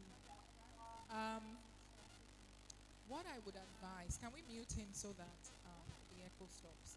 What I would, however, advise is that you look at some of the things we mentioned earlier when it comes to our pricing model, and we just take into account what the competition is doing. That is our direct competition. We spoke about direct and indirect competition last week. The direct competition are the people doing the exact same thing as us. Exact. Look at their pricing. And we can adopt there are different pricing models that we can use. We spoke about the ShopRite methodology, where they lower the price by just a little, but it makes you feel like you are getting a discount. We also spoke about giving discounts, doing sales promo, right? We spoke about that. But we spoke about something that is the most important, which is really the value your product or service is giving. Why the brand, all these luxury cars, Lamborghini, Ferrari, Porsche, Bugatti, why are they selling? Is it not on this same road we are driving? Is it not that one seat we will sit down and wear seat belts? Is it not to get us from point A to point B? Why are they selling? Let's talk about wristwatches. Those luxury wristwatches that sell for $20,000, $120,000, some watches, $200,000, and people are buying them. Is it not the same time is telling us? Do they get the time before us? So why are people buying those watches? Is it not the same metal that all of them have, or leather strap that they have? people buying them? Value. It is where you place value. So what you should be selling, and I can't overemphasize this enough, sell value and watch customers coming your way. You know what your product has that is value? The fact that your product is even better than the Vaseline, which means maybe it makes my skin shinier. Maybe it has an SPF ingredient, it's protecting me from sun where other products are not. Sell value. Because if you try to compete on pricing, there's always going to be someone priced better than you. Always. So I advise that we don't compete on pricing. Let's compete with value. You will be amazed that people will still buy. It might even just be that you are always cracking jokes when they come to your place. That woman, she funny die. I'm going there. It's fine. I don't care. I'm having a bad day. She will make me laugh. I will feel better by the time I'm going home. That is value. Something as simple as cracking jokes is value. And it's unique to you. Everybody else is not doing it. So we have to sell value. Let's remove our mind from pricing. It's important, don't get me wrong. But the crux of the matter is really the value we are selling. What value am I selling to? Why should they come back? I am not the cheapest. I am not the closest. I am not the best product out there. But I will sell value. Okay? I said that was our last question. So you've asked the question already. It's 2 o'clock. Yes, let's take it offline. We'll take it after the class. So, and on that note, ladies and gentlemen, because we are professionals, we are sticklers for time. It is 2 p.m. And like I said, on Thursday, we will be talking about budgeting, numbers. The part all of us are not really familiar or fond of, but very important as well. So enjoy your holiday tomorrow and Wednesday, and we look forward to seeing you all back here on Thursday, same time, 10 a.m. Thank you all so much, and happy holidays.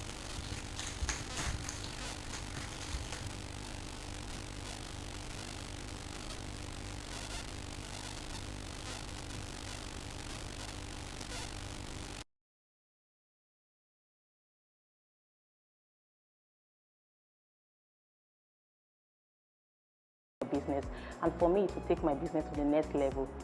Thank you very much for this great opportunity.